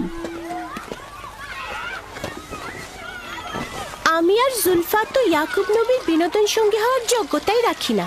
তোমার মা লিয়া তো পারে, তাকে নিয়ে যায় না কেন? সম্ভবত হাতে কাজ আছে, আর তিনি মরুভূমিতে বিনোদন করার মতন আগ্রহী নয়। সম্ভবত। আমাদের তো মনে হয় তোমার পিতা রাহেল ছাড়া কাউকে ভালোই বাসে না।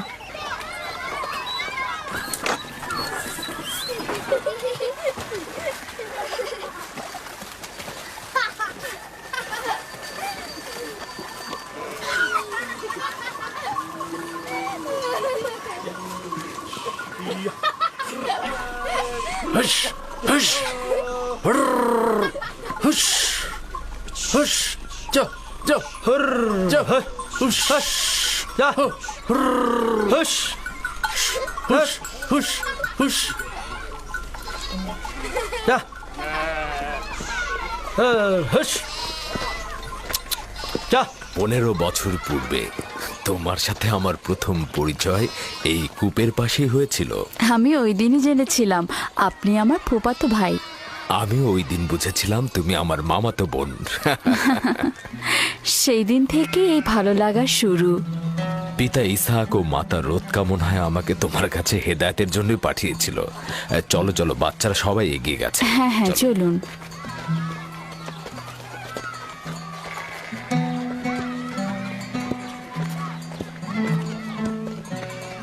যখনই আমার পিতা বুঝতে পারলেন আপনি আমার অনুরক্ত, তখন তিনি মোহরানা বাবদ 7 বছর ভেড়ার রাখালি ঠিক করে দিলেন। আমি সেটা গ্রহণও করলাম, কিন্তু 7 বছর পর তোমার পিতা লিয়াকে আমার সাথে বিয়ে দিয়ে দিল। আর তো কোনো উপায়ও ছিল না, কারণ ফাদ্দানে বড় বোনের আগে ছোট বোনের বিয়ে দেওয়ার নিয়ম নেই। হ্যাঁ, আরো 7 বছর আমি তোমার জন্য রাখালি গ্রহণ করলাম, কিন্তু জনাব লাবান জানে না আমাকে যদি 70 বছরের কথা বলা হতো আমি তাতেই রাজি হয়ে যেতাম। কত দ্রুত সময় চলে যাচ্ছে। হ্যাঁ,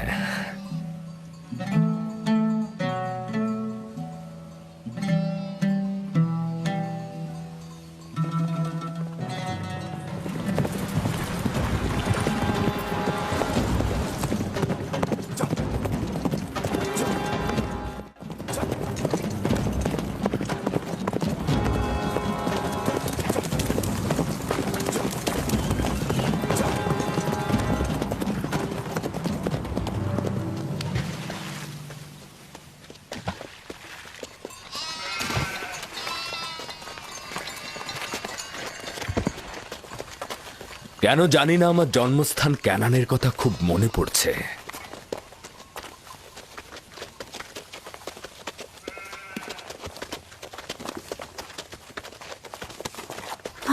ওরা সত্যি সত্যি মারামারি বাঁধিয়ে ফেলবে না তো? চিন্তা করো না, ওরা নিজেদের শক্তি পরীক্ষা করছে। তারা মনে করে যে সবচাইতে শক্তিশালী যে হবে সে হবে আমার উত্তরাধিকারী।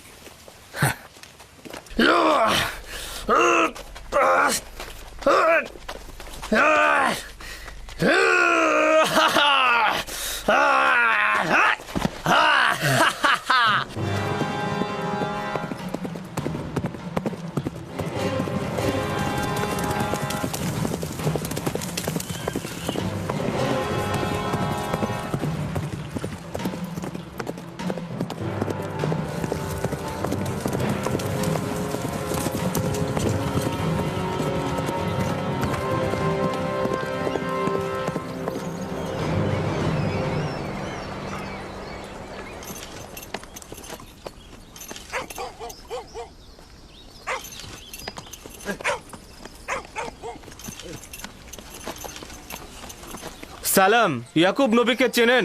পয়গম্বর ইসহাকের পুত্র সে। চিনব না কেন? তিনি এবং তার সন্তান তো ফাদ্দানের কল্যাণের প্রতীক। আচ্ছা, এখন তাকে কোথায় পাওয়া যাবে? তার মামা এখানকার গভর্নর, তার কাছে যাও।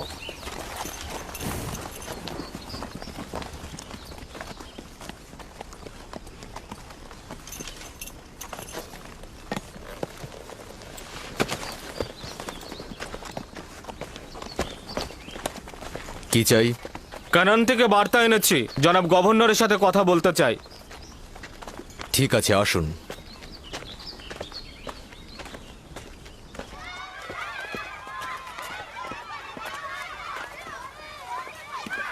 দিনে যা জি, এদিকে এসো তো আমার মা।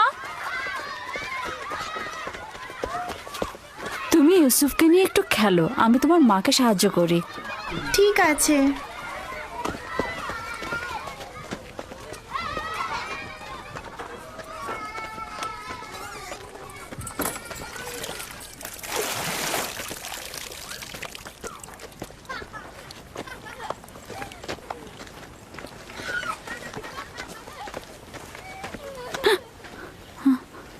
রাহেল, কোনো খবর আছে?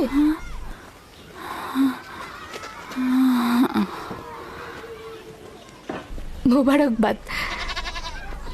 খোদার নবী খবর জানেন?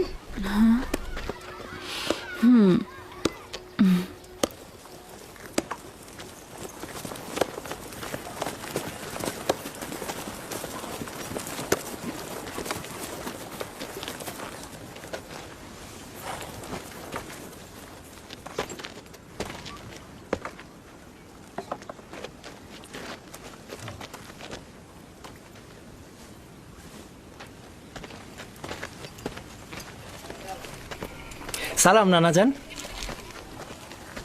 সালাম আব্বাজান, খোশামদেদ। সালাম। হঠাৎ করে আমাদের স্মরণ করলেন?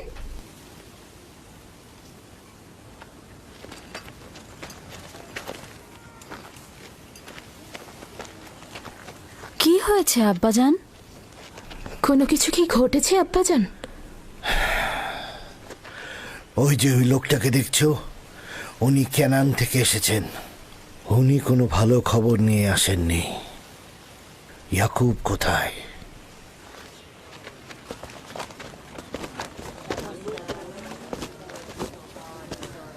বাবা, আমার প্রিয় মামা লাবান, কি খবর? পথ ভুল করে আসেননি তো? যদিও জানি যে খবরটা তিক্ত, কিন্তু এটাই নিয়তি।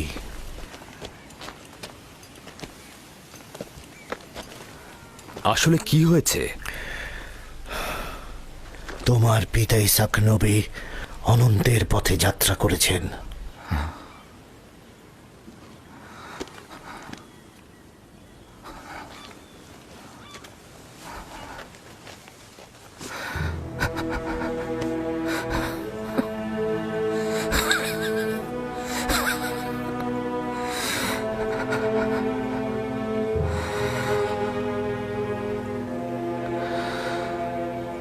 সকলে খোদার তরফ থেকে আসে, আবার তার কাছে ফিরে যায়।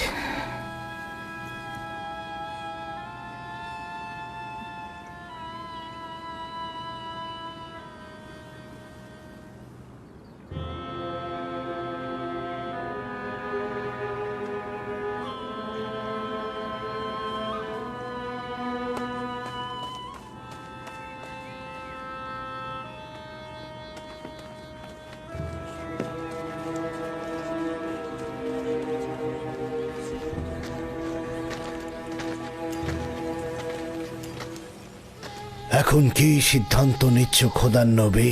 ইব্রাহিম নবীর পরে কানানের লোকজনের পয়গম্বরের দায়িত্ব আপনার উপরে পড়েছে, আর আপনার বোন ফাইকে বলেছে এই খবর আপনাকে পৌঁছে দিতে। তার মানে কি তুমি চলে যাবে? মৃত্যুর হাকিকাত অনিবার্য, যা সকলকে বরণ করতে হয়। কেউ পালিয়ে বাঁচতে পারে না, এমনকি আউলিয়া ও আম্বিয়া একরামগণ। আমি তোমাদের প্রতি কৃতজ্ঞ। আমি খোদা তাআলার কাছে সবর ও সহনশীল থাকার তৌফিক চাইছি। হে খোদার নবী, যদি আমরা কসম করি যে আপনার ফরমানের প্রতি আমরা অনুগত থাকব, তাহলে কি আপনি ফাদ্দানে অবস্থান করবেন? আমি ফাদ্দানের জনগণকে ভালোবাসি। তোমাদের ত্যাগ করা আমার পক্ষে কষ্টকর। এটা আমার ইচ্ছা নয়। আমি আমার নিজের ইচ্ছাতে যাচ্ছি না যে আমি নিজের ইচ্ছাতে থাকব।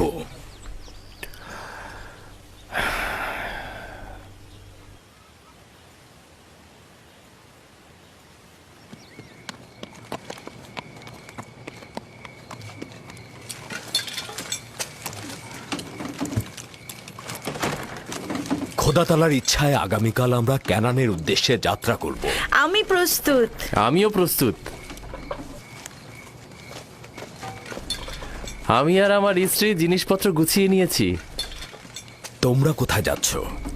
আপনাদের সঙ্গে ক্যানান। আমরা জীবনেও খোদার নবীকে হাতছাড়া করতে পারবো না। আমাদের সঙ্গে তোমরা যেতে পারবে না। তোমরা ফাদ্দানে অবস্থান করো, সেটাই ভালো হবে। আমার এই ঘর বাড়ি সব থাকছে, তোমরা সেখানেই থাকবে। কিন্তু আমি তো আপনার কাছে ঋণী হয়ে আছি জনাব। আমরা আপনার কাছে প্রতিজ্ঞা করছি আমরা সারা জীবন আপনার খেদমত করব। তোমার আত্মীয় স্বজনদের এখানে তোমাকে দরকার হবে। এটা তোমার মাতৃভূমি, আর আমার সাথে তোমাদের কোনো সম্পর্ক নেই। উত্তম হবে তোমরা এখানে থাকো।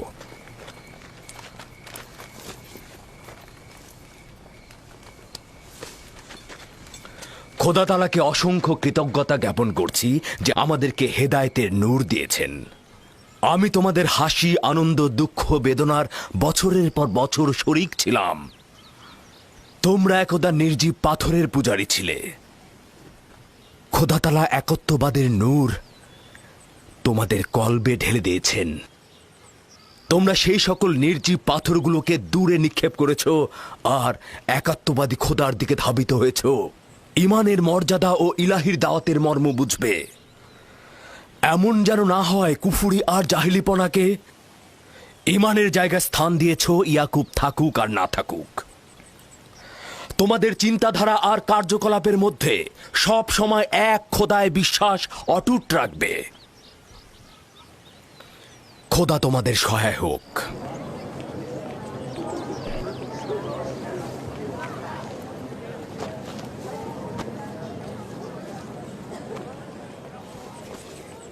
তুমি বছরের পর বছর আমার হয়ে রাখালি করেছ, কোনো উপহার গ্রহণ করনি। তোমার নিজের সম্পদ বলতে কিছুই নেই। আমার অর্ধেক ভেড়ার পাল তোমাকে আর আমার কন্যাকে উপহার দিচ্ছি। আশা করছি এই সম্পদ তোমার কাজে লাগবে। শুকরিয়া জ্ঞাপন করছি। খোদা আপনাকে অনেক বেশি কল্যাণ আর বরকত দান করুক। শুক্রিয়া আব্বাজান। শুক্রিয়া। সত্যি বলছেন আব্বাজান? এটা তো ইয়াকুবের হক। এটা বছরের পর বছর কষ্ট বহন করার উপযুক্ত মর্যাদা। খোদা হাফেজ ইয়াকুব নবী। খোদা হাফেজ। খোদা হাফেজ। আবার আসবেন। খোদা তোমাদের কল্যাণ করুক। খোদা তোমাদের সহায় হোক। খোদা তোমাদের রক্ষা করবে। আমাদের দেখতে আসবেন। ভালো থাকবেন ইয়াকুব নবী, আবার আসবেন।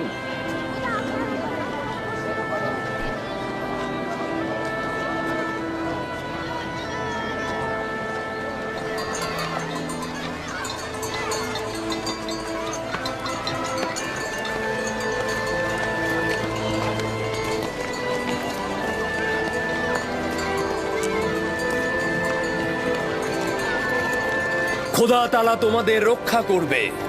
তোমরা অবশ্যই ক্যানানে আমাকে দেখতে আসবে। খোদা হাফেজ।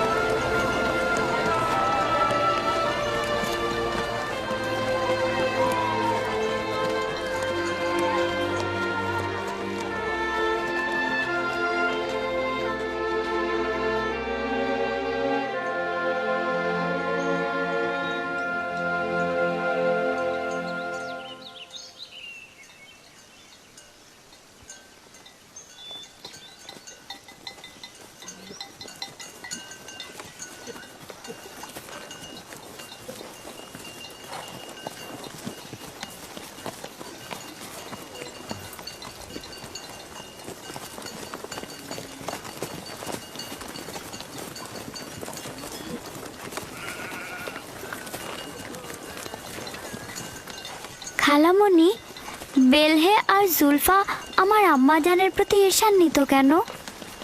এটা তোমাকে কে বলেছে? সবাই তো বলছে। ইয়াহুদা নিজে বেলহে আর জুলফার মুখ থেকে শুনেছে। ছোটদের এ ব্যাপারে হস্তক্ষেপ করা উচিত না, কিন্তু যেহেতু তুমি প্রশ্ন করেছো উত্তর দিচ্ছি। বেলহে প্রথমে তোমার আম্মাজান রাহেলের কানিজ ছিল।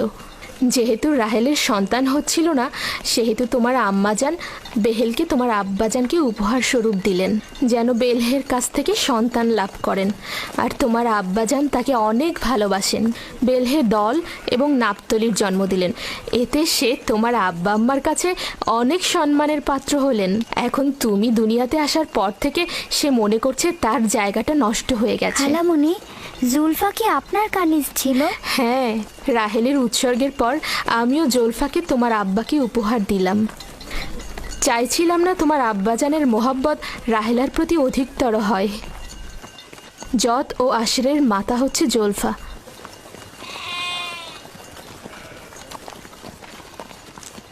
লাবি, শামুন, কেন শামুক গতিতে চলছো? ভেড়াগুলো সব ছড়িয়ে ছিটে গেছে, একত্রিত করো।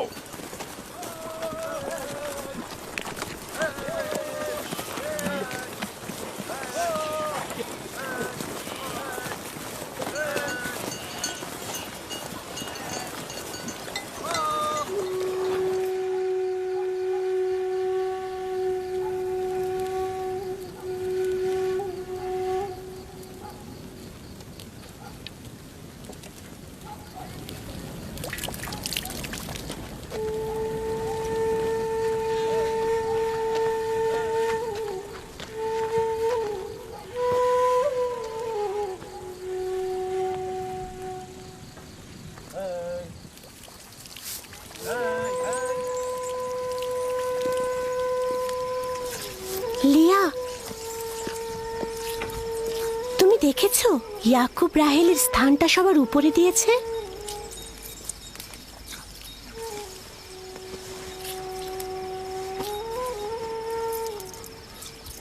আমার বোনের সাথে আমার কোনো ঈর্ষার সম্পর্ক নেই।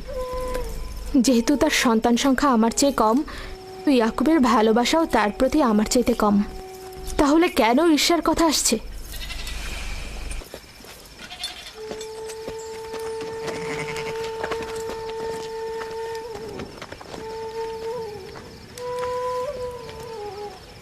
এটা তো পরিষ্কারই, তারা দুজন বোন। আমার পক্ষে কি আর কথা বলবে?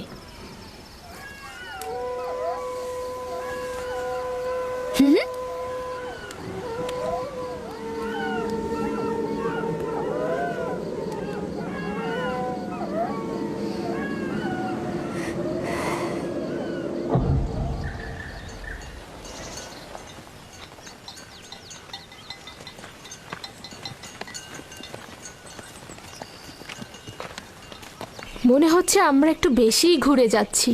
রাস্তার খুব একটা বেশি বাকি নেই। যাযাবর জীবনের গলিপথগুলো ঠিক এমনই। সফরের সাথে সাথে জীবনটাও এভাবেই চলে।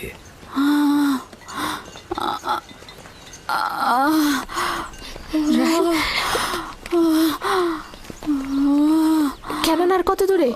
আরো তো প্রায় 9 মাইল। আর একটু ধৈর্য ধরো। আমি আর পারছি না। লিয়া, লিয়া। ইয়াহুদা, লাবি, শামুন, এখানে তাঁবু ফেলো। আমরা এখানে অবস্থান করব। ক্যানান কি এখান থেকে অনেক দূরে? গিলা, দ্রুত ক্যানন যাও। আমার বোন সহ একজন ধাত্রী নিয়ে এসো। দ্রুত যাও। জি জনাব। চিন্তা করবেন না, আমি দ্রুতই ফিরবো।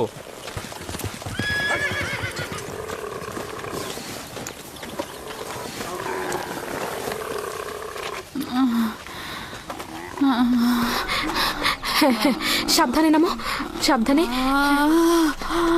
এই সাবধানে নামো, সাবধানে। এসো, এখানে এখানে বসো। আস্তে আস্তে যাও। বসো, আস্তে বসো এখানে। আগুন তৈরি করো। লিনের কাপড় নিয়ে আসো জোলফা। হ্যাঁ হ্যাঁ, আনছি। ধৈর্য ধরো, সব ঠিক হয়ে যাবে। কি হয়েছে আম্মাজান? আপনার কি অনেক খারাপ লাগছে? চিন্তা করো না, কিছুই হয়নি। দিনে ইউসুফকে নিয়ে যাও। চলো না, ও থাকুক। ধৈর্য ধারণ করো বোন আমার।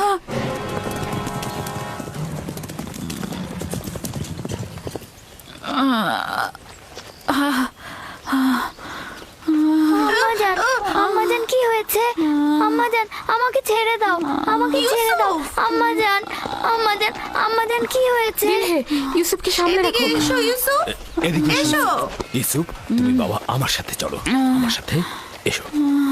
আম্মাজানের কি হয়েছে? কিছু হয়নি আমার পুত্র। ইউসুফ, তুমি ওখানে যেও না।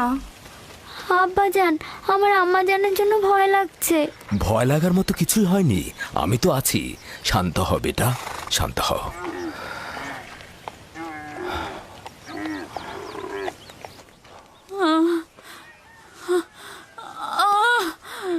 খোদা তাআলা তাকে রক্ষা করুক। তার পূর্বের বেদনা অনেক কষ্টদায়ক ছিল। আহারে কি অবস্থা! ইয়াকুবকে বলো দোয়া করতে।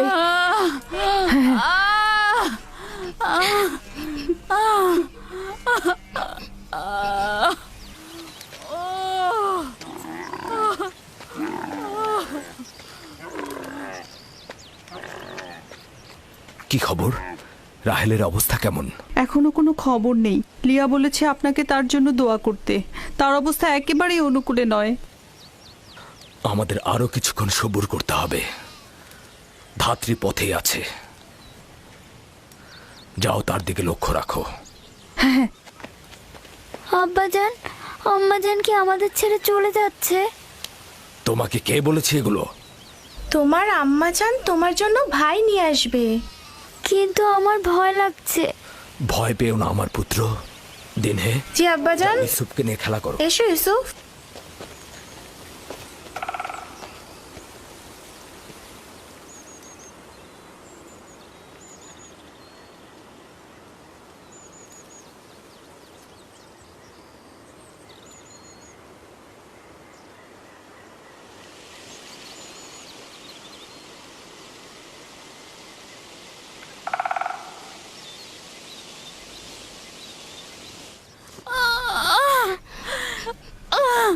যদি রাহেলের পূর্বের মতো অবস্থা হয়, খোদা তাআলা তাকে রহমত দান করুন।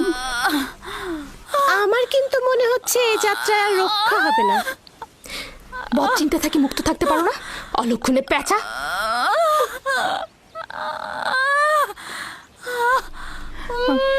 রাহেল, একটু ধৈর্য ধরো রাহেল, একটু সবুর করো। ধাত্রী পথে আছে, কেন তো বেশি দূরে নয়।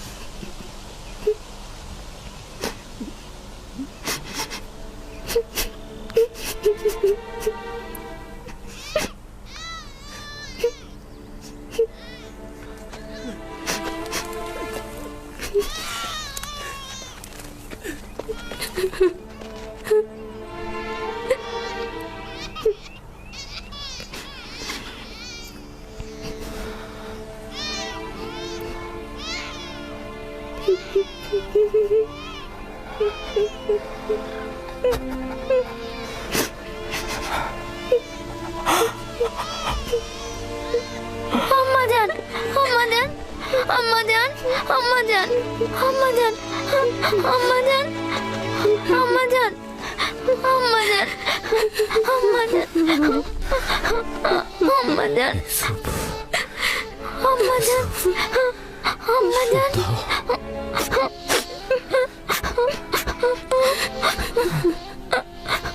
আম্মাজান,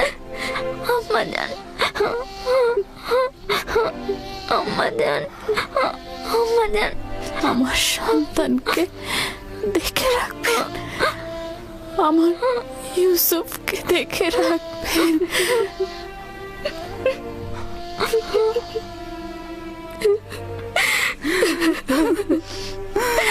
রাহেল, বোন আমার,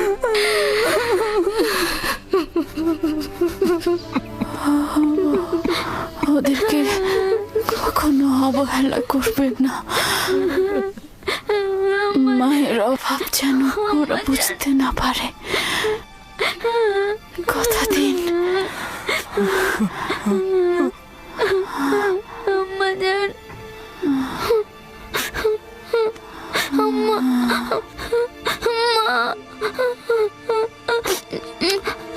আম্মা, আম্মা,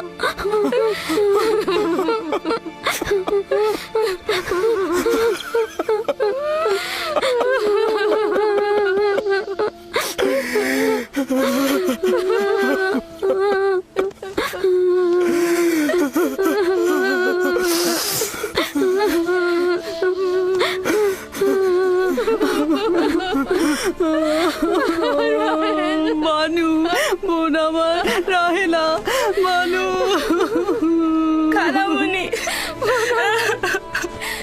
রাহেল, রাহেল।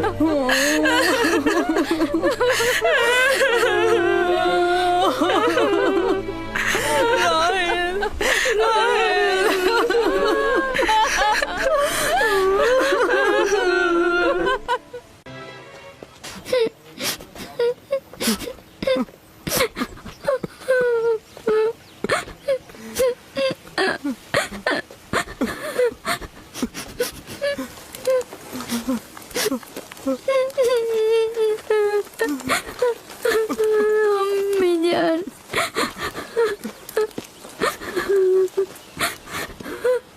রাহেলের নামে ইঙ্গিত ছিল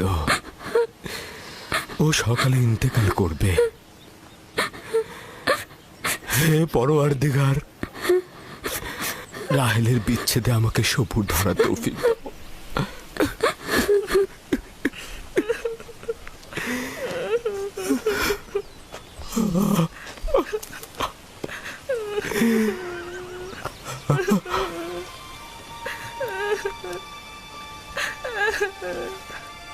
আব্বাজান, কেনানিগণ এসেছেন। তাতে কি ফায়দা?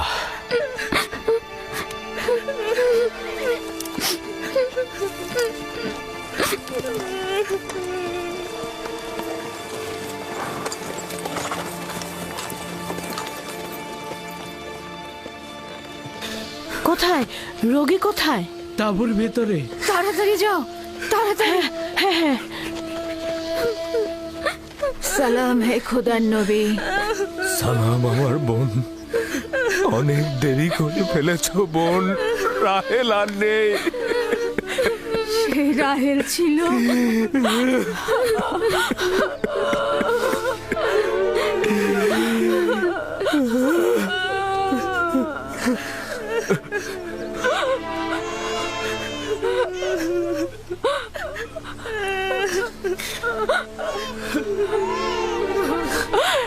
এ তো আমাদের ভাগ্যের লিখন ছিল। এ ধরনের সমস্যা বলি আমাদের অপরিচিত নয়। আমরা এই বিপদেও খোদা তাআলার কাছে সাহায্য চাইব।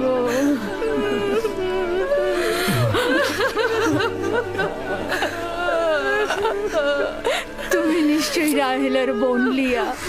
তোমাকে কি বলে সান্ত্বনা জানাবো আমার সে ভাষাটাও জানা নাই।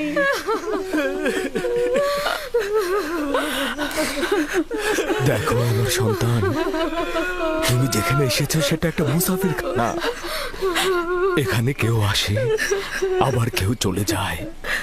খোশামদের পুত্র, তোমার আগমন মোবারক হোক। ওর আগমন মোবারকময় নয়, মোবারকময় নয়। তাকে বেনুনি ডাকবে।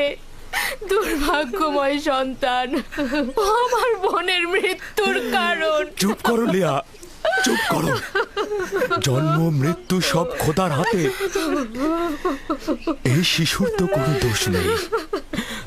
তোমরা দেখে নিও, সে এমন সন্তান হবে তার উপর সকল দায়িত্ব অর্পিত হবে। সে পিতার সকল কাজ দেখে রাখবে। বাবু সোনা, তোমার নাম কি? আমার নাম ইউসুফ। ওরে আমার লক্ষ্মী সোনা, আমার কাছে এসো। তুমি রাহেলের স্মৃতি, তুমি আমার কাছে এসো।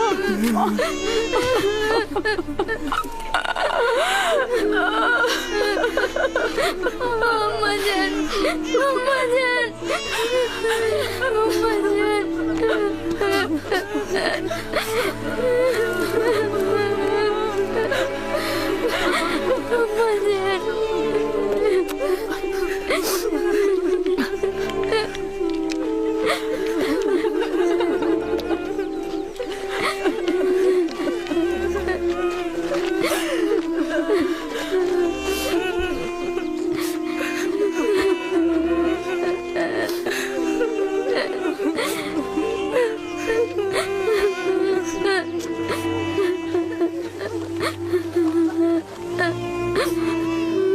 পরওয়ারদিগার, নিঃসঙ্গ রাহেলের আত্মার প্রতি রহমত বর্ষণ করো। আমিন।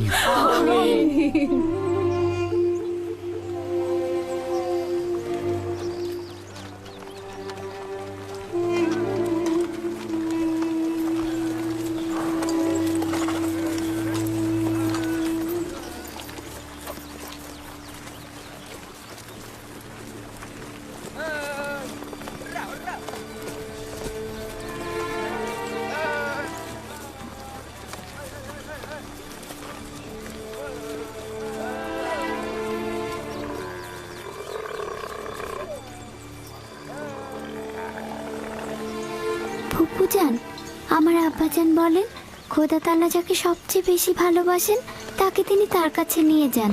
ও, তুমি জানো খোদা তাআলা তোমার আম্মাকে তার কাছে নিয়ে গেছেন? আমি জানি খোদা তাআলা তাকে বেহেশতে নিয়ে গেছেন, কিন্তু আমি তো তার বিচ্ছেদ সহ্য করতে পারছি না। শান্ত হও বাবা, এই দুরবস্থায় খোদা তাআলা তোমাদের সাহায্য করবেন। খোদা মেহেরবান।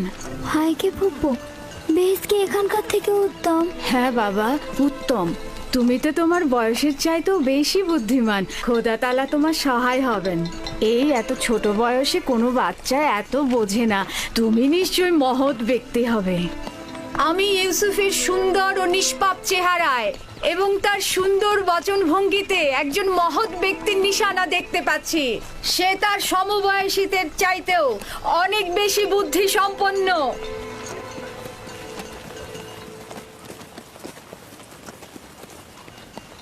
চুপ করো বোন, চুপ করো। ইউসুফ তার অন্যান্য ভাইদের মতোই, কোনো পার্থক্য নেই। ইউসুফের চেহারা এবং বুদ্ধিমত্তা দেখে আমি মুগ্ধ। আমি ইউসুফকে আমার কাছে রেখে লালন পালন করতে চাই। আমি তার মায়ের অভাব পূরণ করব। তোমার কাছে অনুমতি চাইছি। আমি আমার বোনের কাছে শপথ করেছি যে তাকে তার মায়ের অভাব বুঝতে দেব না। তাকে আমার সন্তানদের মতোই লালন পালন করব। কিন্তু তুমি তোমার এত সন্তানদের মধ্যে তা কি পারবে? তার কোনো সম্ভাবনা নেই। আমি তাকে এক মুহূর্তের জন্য চোখের আড়াল করতে পারবো না।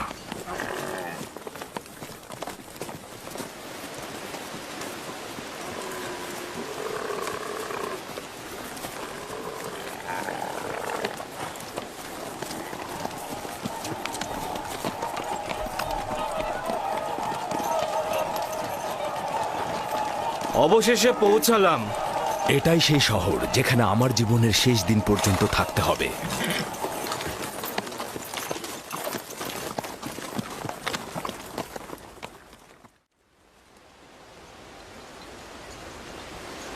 ইয়াকুব নবীর কাফেলা আসছে। সবাই দেখো, ইয়াকুব নবীর কাফেলা আসছে।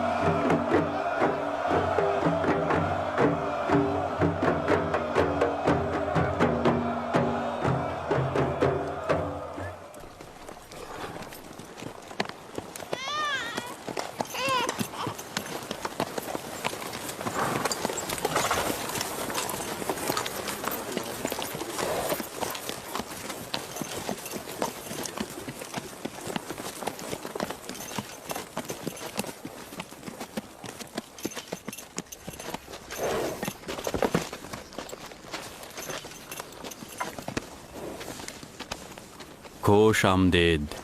খোদার নবীর আগমন সাদরে গ্রহণ করছি এবং আপনার শোকের সমবেদনা জ্ঞাপন করছি। আপনার উপরে যে মুসিবত নেমে এসেছে, খোদা তাআলা আপনাকে ধৈর্য ধারণ করার তৌফিক দান করুক। জীবন ও মৃত্যু তো খোদার হাতে, আমরা তার প্রতি অনুগত থাকব।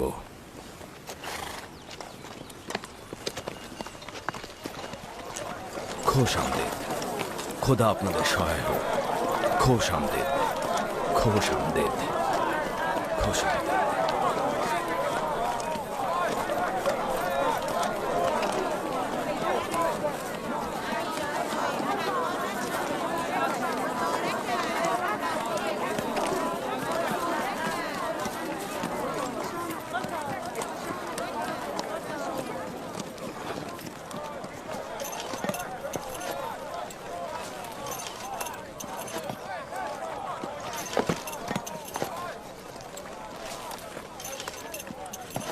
বোন আমার, আমাদের আব্বাজান ইসাক নবীর কবর কোথায় দেওয়া হয়েছে? তুমি সে জায়গাটা চেনো। আমাদের দাদা জান হজরত ইব্রাহিম ও তার সহধর্মিনী মাকফিনা আর আমাদের আম্মাজানের কবরও ওখানেই দেওয়া হয়েছে। প্রথমে জিয়ারত, পরে তাদের সাথে নতুন করে প্রতিশ্রুতিবদ্ধ হব। লিয়া, সবাইকে বলো আমরা একসঙ্গে সেখানে যাব। ইয়াহুদা, লাবি, বাসমে, তোমাকে যে আমানতটা রাখতে দিয়েছিলাম সেটা নিয়ে এসো। আমরা আব্বাজানের কবর জিয়ারত করতে যাচ্ছি। জি।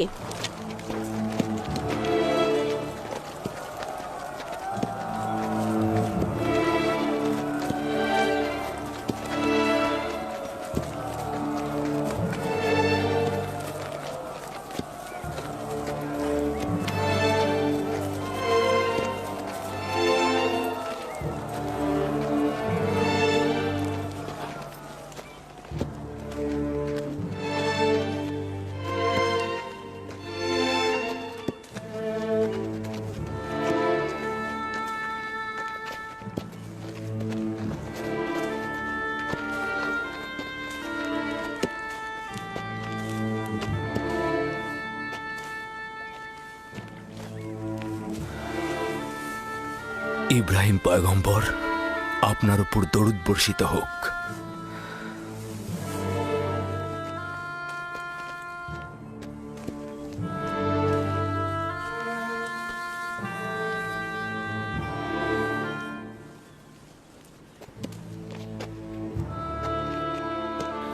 খোদা তাআলা ইসাক ও ইব্রাহিমের রূহকে শান্তি দান করুক। ক্যানানের অধিবাসীগণ তাদের ঈমানের হেদায়েতের জন্য তাদের কাছে ঋণী।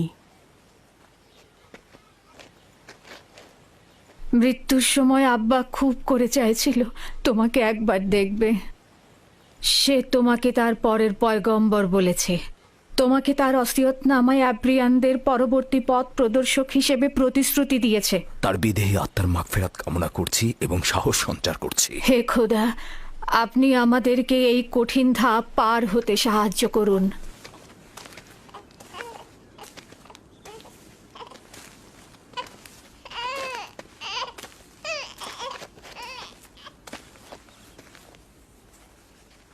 এই পোশাকটির মালিক আমাদের শ্রদ্ধেয় দাদাজান হজরত ইব্রাহিম উত্তরাধিকার সূত্রে আব্বাজান ইসাকের কাছে এসেছিল।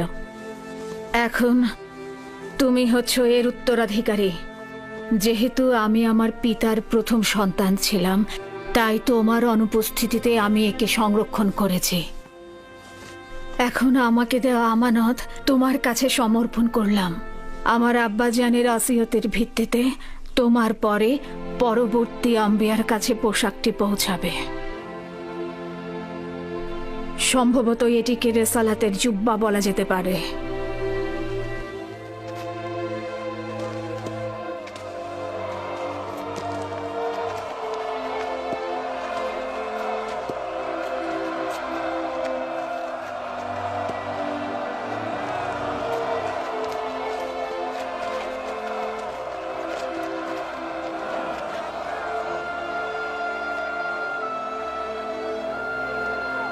আমিও কেনানের অধিবাসীগণ তোমার কাছে বাইয়াত গ্রহণ করছি আর তোমার রেসালাতকে স্বীকৃতি দিচ্ছি।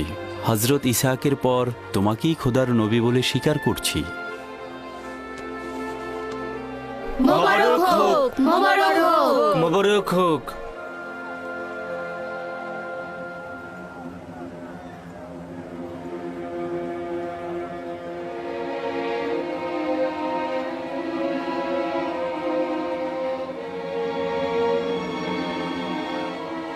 তুমিও কি এটাই ভাবছো যে আব্বাজানের পর এই জামা কার কাছে যাবে?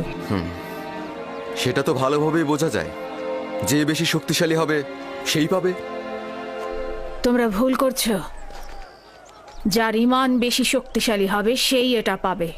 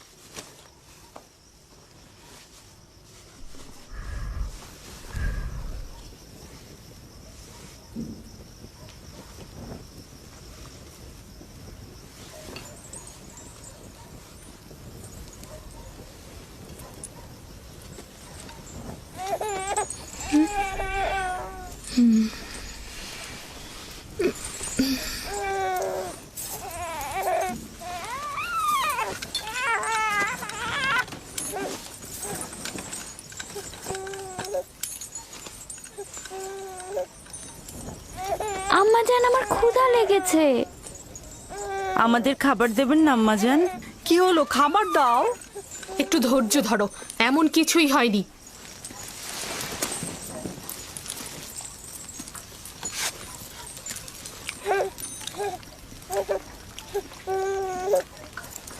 নাও।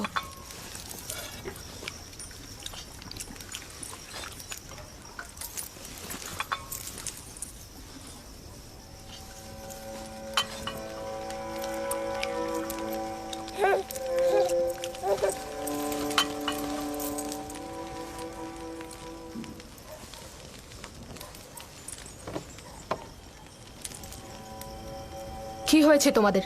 খাচ্ছ না কেন? আমার বেলায় এত অল্প আর ইউসুফকে এত বেশি। কথা কম বলো, চুপ করে খাও। আহা থামুলিয়া, এগুলো কি করছো? নিজের উপর নিয়ন্ত্রণ আনো। বেনিয়ামিনকে আমি দেখাশোনা করছি, তুমি বাচ্চাদের খাবার দাও। এতগুলো বাচ্চার দেখাশোনা করা আসলেই মুশকিল। লিয়া, আমি জানি তোমার হক রয়েছে। তোমার 7 ছেলে 1 মেয়ে, সাথে আবার রাহেলের ছেলেও যোগ হয়েছে। আমার চাওয়াটা আবারও মনে করিয়ে দিচ্ছি। সব সময় আশা ছিল আমার একটি সন্তান থাকবে, কিন্তু সে আশা কখনো পূরণ হলো না। আমার বয়সের আর অল্প সময় বাকি আছে। আমার ইচ্ছাটা পূরণ করো। রাহেলের এই ছেলেটাকে আমার কাছে দাও। নিশ্চিত থাকো যে আমি একে চোখের মনি করে রাখবো। দেখছই তো লিয়া কতটা কষ্ট করছে। তোমরা কিছুটা হলেও ইউসুফ আর তার ভাইয়ের কথা চিন্তা করো। আমি তার দূরে থাকাটা কিভাবে মেনে নেব? আমি ওকে দূরে কোথাও নিয়ে যাব না। তোমাকে কথা দিচ্ছি, ওকে তোমার সাথে প্রতিদিন দেখা করাবো। যদি কোনো রকম প্রতারণা করি, মিথ্যা বলি, আমাকে তোমরা ক্ষমা করো না। জীবনের শেষ বিন্দু দিয়ে, ভালোবাসা দিয়ে ওকে আগলে রাখবো, মানুষের মতো মানুষ করব। বিশ্বাস করো, রাহেলের আত্মা যেমন শান্তি পাবে আর তোমরাও স্বস্তিতে থাকবে। কিন্তু ফায়েক, আমার সাথে আমার বোনের প্রতিজ্ঞার কি হবে?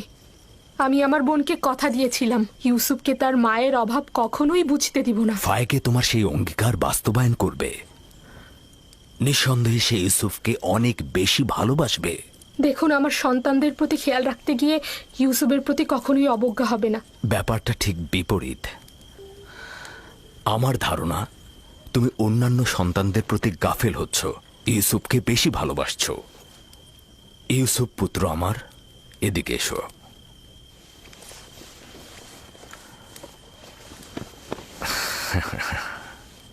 বলো তো পুত্র আমার, তুমি কি ফুপু আমার সাথে থাকবে? জি আব্বাজান, ভাইকে ফুপুমা একজন ভালো মা। না সোনা, আমি তোমার প্রিয় মাতার মতো নই, তবে চেষ্টা করব তার মতো হতে। তার ঘ্রাণ কিছুটা হলেও তুমি পাবে। আমি তোমাকে কথা দিচ্ছি ভাই, ওকে আমি বুক দিয়ে আঁকলে রাখবো, ভালোবেসে সবসময় চোখের আড়াল হতে দেব না। বেশি কষ্ট পাওয়ার আগেই ওকে তুমি এখান থেকে নিয়ে যাও। তার মানে কি আমরা আর ইউসুফকে দেখতে পাবো না? কে বলেছে?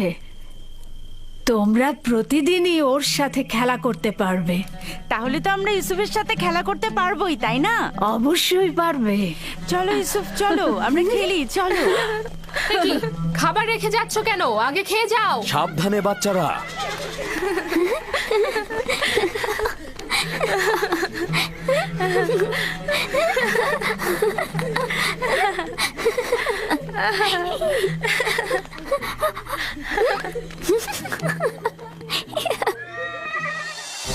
এই কোমর বন্ধনীটি তোমার দাদা জান ইসাক নবীর।